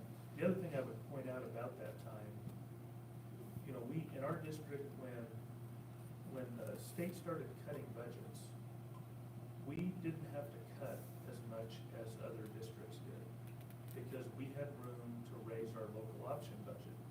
So the philosophy was, if the state made a cut of $2 million, we cut about $1 million and we raised our local option about $1 million. We kind of went along that way as long as our local option budget allowed us to do that. There were a lot of districts that couldn't do that. They'd already maxed out their LOBs, so the only choice they had was to cut. And so many of those districts chose to reduce their contract, and in some cases, their student contact days, because they had to make cuts and they couldn't give raises. And so they chose to do that, maybe give back a day as an alternative. Or some of the districts that have went to 4-day weeks chose to do that as a cost savings measure, not necessarily because it was the best choice for students. And so fortunately, we had other options and alternatives and didn't necessarily have to go that route. So there's quite a bit of background on all that, but we are where we are, and we can get some more updated information for you about that. But kind of bring us back, the process is, we followed the process with the calendar, and it's went out to vote, and we're not asking for a decision tonight, but you want to. Yeah, so barring any questions, further discussions, it would be on the consent agenda for our next meeting this month. Which would be the payables meeting. Correct, yes, ma'am. So Laura brought up that it didn't meet all the board charges. Would that discussion be held? Now, and if you don't want to, if you have concerns about approving this, and you want the calendar committee to go back to work, you could make that decision tonight so that they could get right back on it. Or if you want to have more discussion, but I will tell you that the further this gets pushed out, it starts to set other things back if we get much past the first part of April and we don't have a calendar set for the coming year.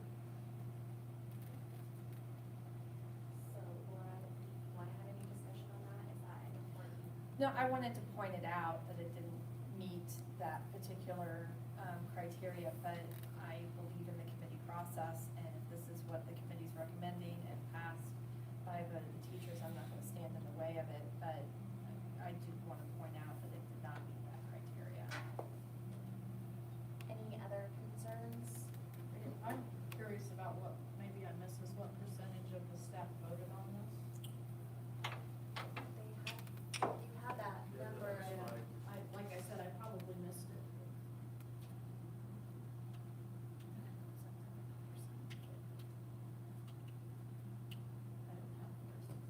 Yeah, this is from the survey, not the vote. I wanna say it was like 60% is total number of votes. It'll take me a minute, I'll send it to you, what the results were, cause I have it in my email, but that's gonna take a second. Got it. You have it, please?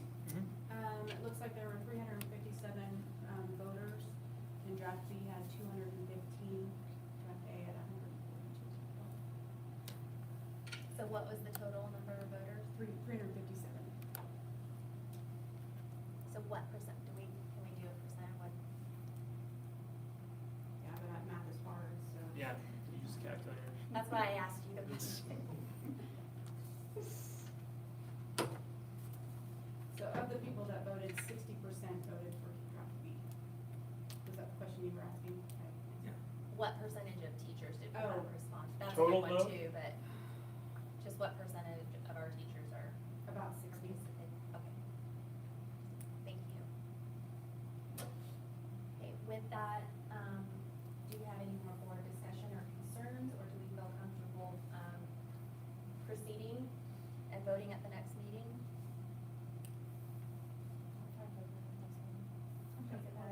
Jennifer, are you? Yeah, I'll just email any questions I have if I don't have them. Okay, then we will proceed Okay. in the next meeting to take a vote. Thank you. Okay, yeah, any questions I get, I'll make sure that Dr. Collins sends them out. Okay, great. Okay, so we'll move on to the vacant board seat discussion. Dr. Carlin did share with us, past methods. One of the things that we got in an email was that KASB has shared that after 15 days have passed since the publication of the vacancy, the board may fill the vacancy as they see fit. It was published on February 4th. KASB indicated common methods for filling vacancies are prior election, next highest vote, board interviews, interested candidates. The interviews must be conducted in open session, and the final being providing written questionnaires to interested candidates, and the responses are then public information. I don't know if anybody had a chance or wants to open with some discussion, thoughts.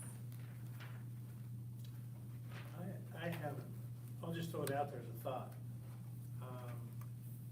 Historically, when we've had a position open, and I believe the last one, if I can remember right, we ended up filling the position with Laura, who was at the last election the highest vote getter, highest next vote getter.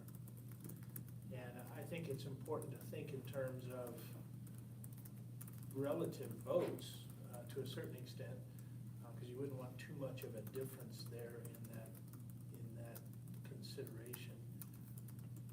But as I recall, it was pretty close with the next person who campaigned and ran on the ballot.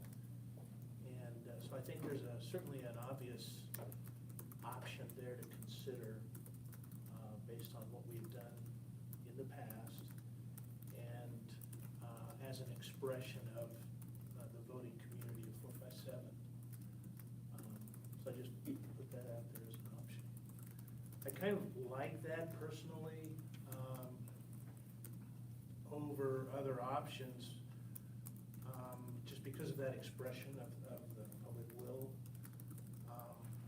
And I don't mean to take away from other folks that are interested and have expressed an interest, because certainly that's why we put that out there as a board, to solicit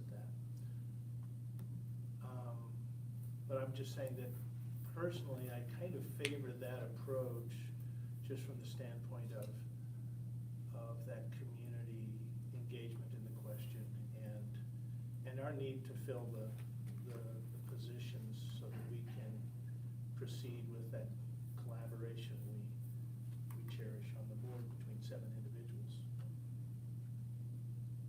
Okay. Any other comments? For me personally, I am not in favor of that method. I feel like, and not because I can't articulate anything maybe at this time, I feel like it's a lazy way to proceed. If KSB indicates that we give 15 days to allow people to show interest, to me, that would be contradictory to allowing those people an opportunity without any question or chance. I mean, why let people show interest if then we just don't give them an opportunity? I think that the whole election process is really intimidating and overwhelming. And I think when this opportunity comes up, it also offers an opportunity for people, maybe a different part of the population, to step up. Not to say that this isn't going to be just as intimidating if we do public interviews, but I think when you tell people to show interest and then you don't respond to that, I don't think that that's a good precedent to set. Could I respond to? I certainly don't mean to suggest any disrespect for people that have expressed their interest, but I also feel like there's a need to, first of all, if the next vote getter didn't express any interest, well, I don't think you want to go there. And so in part, I think we received that as one of the, I think 4, or were there more? 4 people that stepped up and put their hat on the table, whatever the metaphor is, but to, and I certainly appreciate your comments.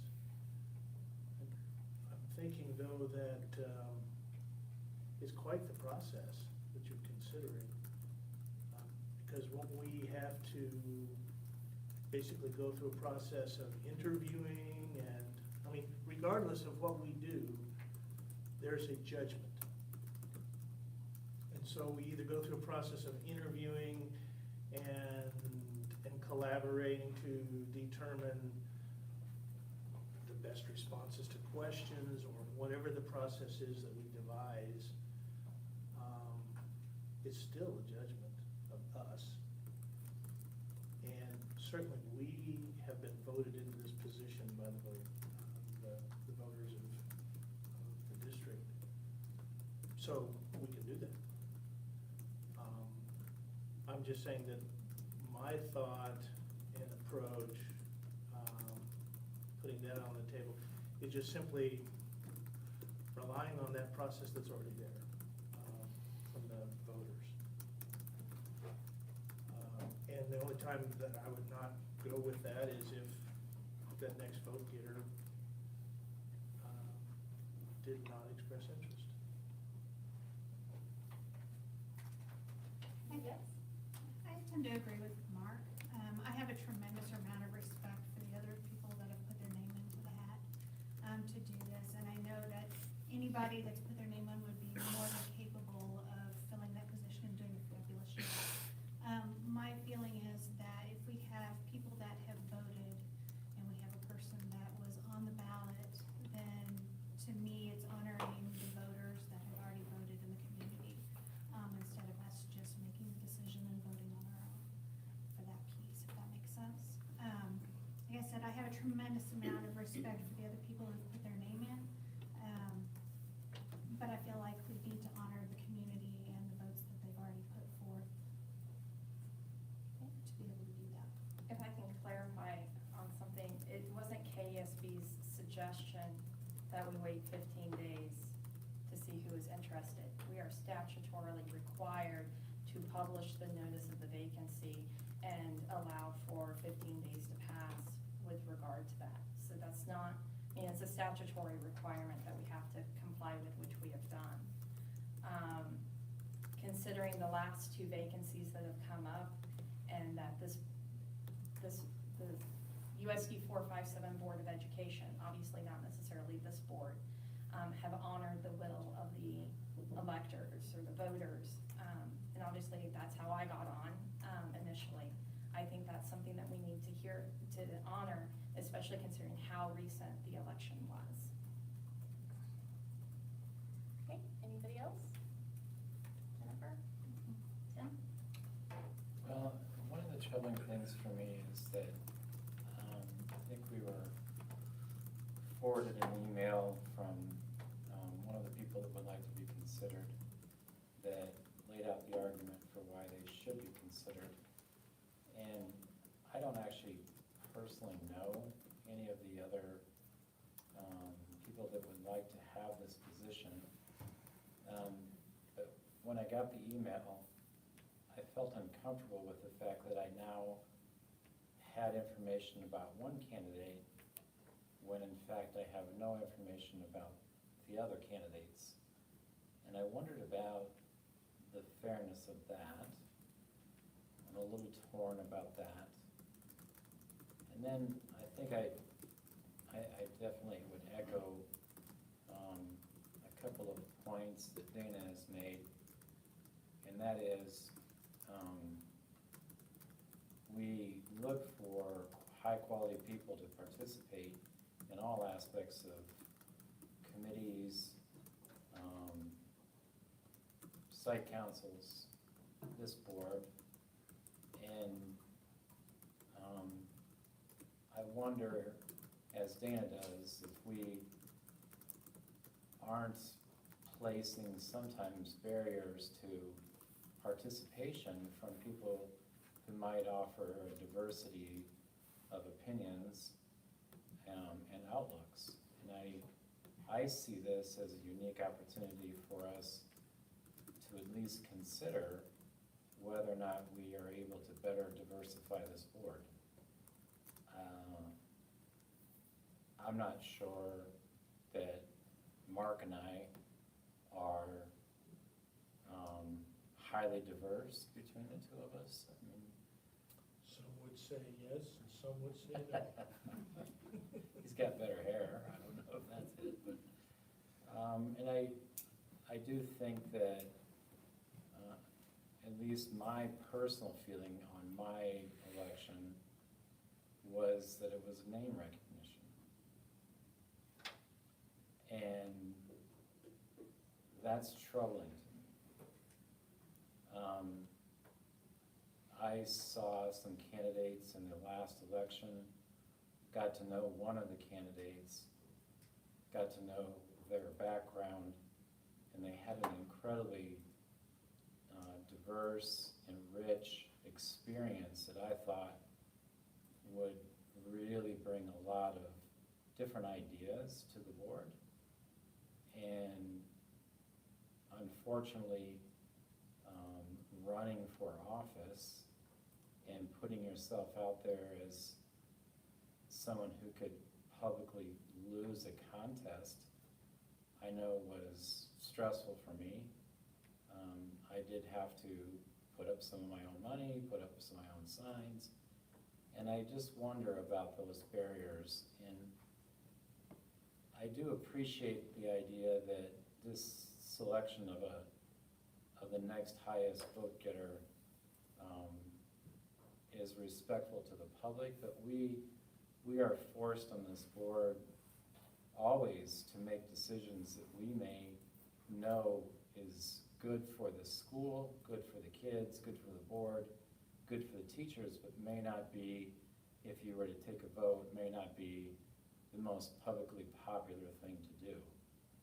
And that's what comes along with good boardsmanship, which is to stand in the face of public opposition if you really believe that you have the best interest of the kids in the school district at heart. Is it extra work? It is. But I guess I just hope that we'll think about the future and the development of leadership in this community, and we'll work at ways to try to diversify this board and encourage participation from people who wouldn't normally have the opportunity to participate because they don't have the name recognition, and they would someday become the future leaders to encourage the next generation.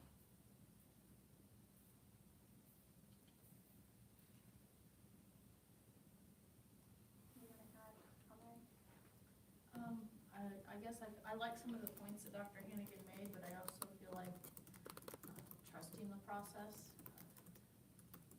The election, participating in an election and the political side of that is my least favorite part. But it was important enough to me to go through that, to be here, to do what's best for kids, because that's the only reason I'm on the board. And so I guess I believe in trusting the process and that if that, and trusting the word of the voters and who they went with. So that's the direction I would lean. I think it's important for us to make a decision fairly quickly, considering especially what happened at the last board meeting. That way we have a full board. So at least to get the conversation started a little, or going into a moving forward direction, I'm gonna move that we appoint Alex Wallace, who is the next highest vote getter, to fill Jean Clifford's position. Okay, do we have a second? Okay, I'll second. okay, all those in favor say aye. Aye. All those opposed, same sign? Aye. Aye. Okay, Alex, you will be, Congratulations. fill the next board spot. So Thank you. I guess that will be at the next meeting. Is You that, used to- First of all, Madam President, I guess I was waiting for just more discussion on that, but, and you didn't call for any. And so that moved before I was able to say that I was in favor of the motion. I didn't ever say aye, yea, or nay, I just want to reflect I was in favor of the motion. Well, if I could, because I know several of them, I don't know if all four of them are here, but thank you so much for your interest and your time in coming today. It's greatly appreciated, and I hope that you take the opportunities to serve on all of our committees. Maybe we can call on you guys. all right, so you didn't respond? Do we, I would assume he could start immediately. I think he needs to be sworn in. Well, that's probably true, he has to sign his oath at the clerk's office, so. Can I back up to, all four of the people who volunteered are here tonight, and I would like to thank you. I visited with each of you briefly, but we're always looking for good people to be involved in things. I know some of you have been involved with things, but if you have an interest in, we have, like Dr. Hannigan mentioned, we have a lot of groups that meet, and I would be happy to help you get connected with some of those groups, and I would hope that if you continue to have an interest, that maybe at a future, when we have an election, that you would consider running for a position. We do a lot of important work here with this board, and so we need great people.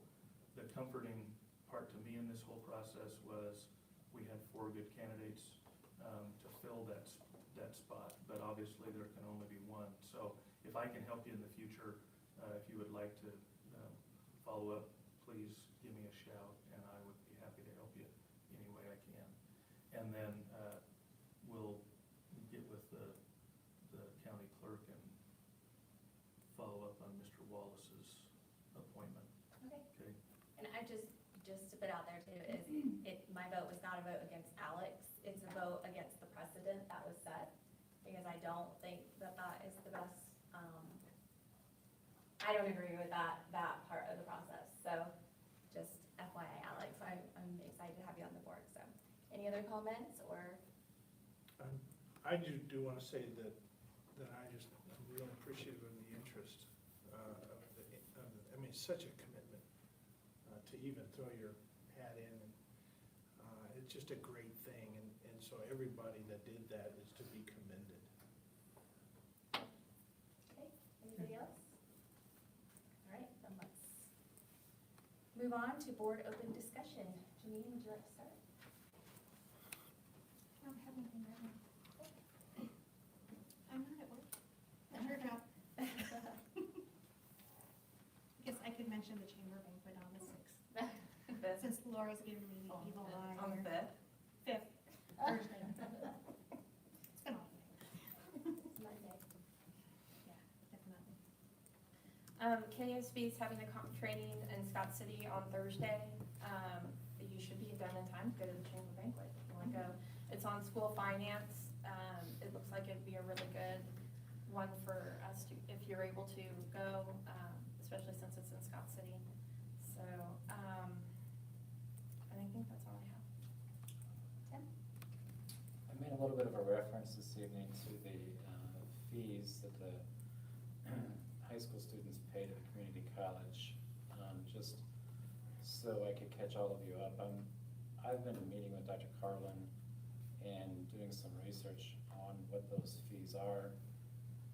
It caught my attention the last few times I paid the tuition for my kids for their dual credit classes at the community college, and I can't say that it necessarily affected any of my decisions about my kids going to the community college, but it did strike me that these fees are not insignificant, and I will be just poking around a little bit, asking questions, and just wanted the rest of the board to know that this is on my radar a little bit, and I'm just trying to educate myself about those fees. Okay, Mark? Okay. Not too much, but in talking about kindergarten readiness and all that we do in the district to train our staff and to look for engaged employees, encourage every employee to be engaged. I think we had a little bit of, we had comments, and I can't remember whether it was the commissioner at KSB or at the annual conference, or whether it was the poller from the organization that did the polls.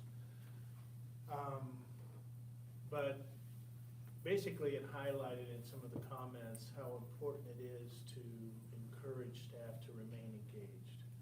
I think the simple example that was given, excuse me, was you're walking down the hall and there's a piece of paper there laying on the floor. I mean, it's a piece of trash, and you might have somebody that sees that, walks over, picks it up, and puts it where it belongs. That's an engaged employee versus, say, somebody that walks by and said, well, it's not my piece of paper. It's not my job. Off they go. And then a very, very rare occasion, you might see it and say, oh, that's where the paper belongs, and they dump the paper in the hallway. But it's that first employee that we love and cherish so much, and it really makes the world go around for USD-457 to have engaged employees. They have each other's back. The collaborative environments and the processes that we follow, that's something I learned very early on as a board member, is process is important. And a truly collaborative environment makes for good decisions that are good for kids and good for classrooms. And so it's always good to see that. And I got a t-shirt on here, TKI is A-OK. That's just one program and one example in early childhood where that happens. And it can't happen without good collaboration amongst a lot of different people, classrooms, therapists, parents. And so it'd be interesting to hear about TKI sometime, because I think I know just enough to be dangerous.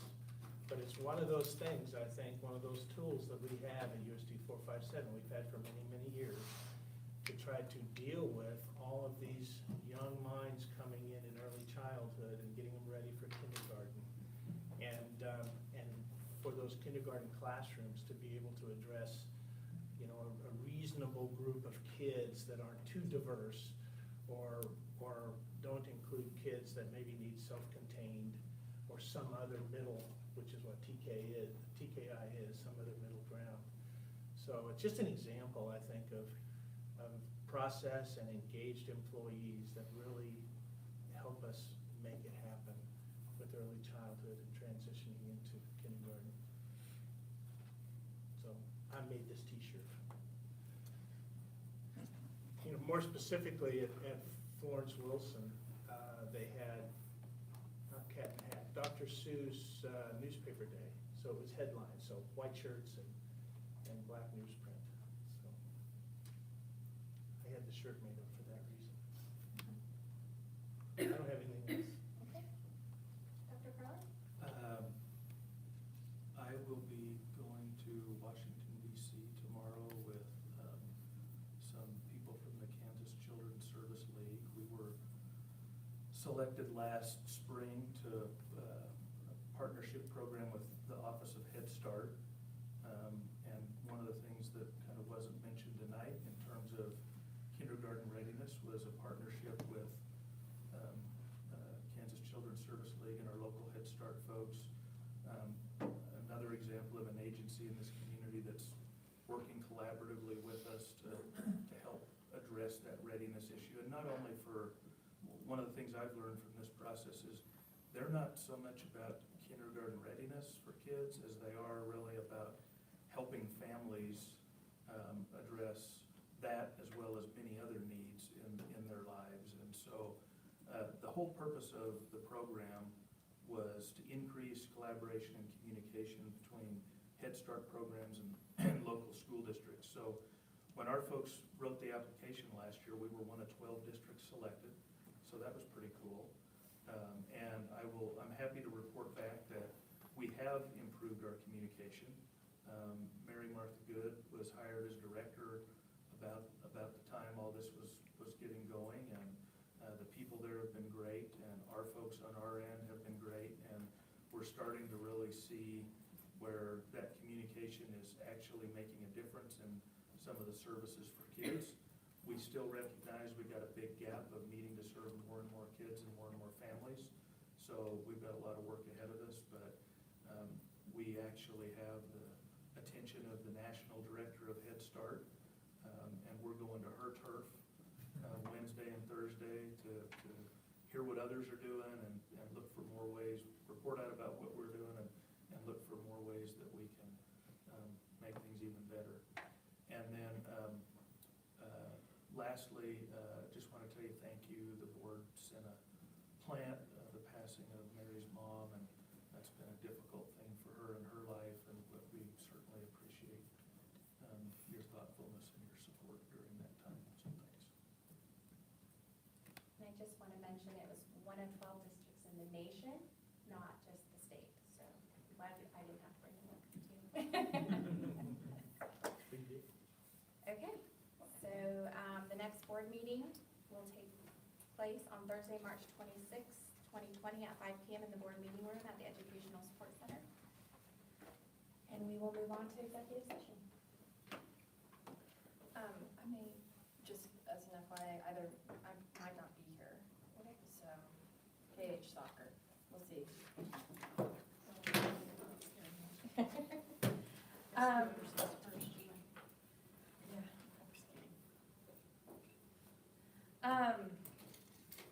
We're so questionable. Sorry, how long do you think we need? 30? I'd start with 30. How long do you think we need? Let's start there. I'll be quick. Okay, famous last words. Before I make my motion, considering that, but for the fact that the county clerk is closed at 8:10 p.m., and considering what we're going to be discussing, I would like to invite Alex Wallace to our executive session. Would that be all right? If he's not been sworn in, we can do that. That's what Yeah. I want to make sure. I talked to KASB about it from a prior executive session that we were doing, and it's up to us. We can invite whoever we want. So it's not illegal to do that. Okay. Madam President, I move we go into executive session for 30 minutes to start to discuss negotiations for the 2021 school year under the exception for employer-employee negotiations under coma, beginning at 8:15. And the open meeting will resume in the board meeting room at 8:45 p.m. I would like to invite Dr. Carlin, Heath Hogan, KJ Knoll, and Alex Wallace. Okay. Do I have a second? I'll second. Okay, all in favor say aye. Aye.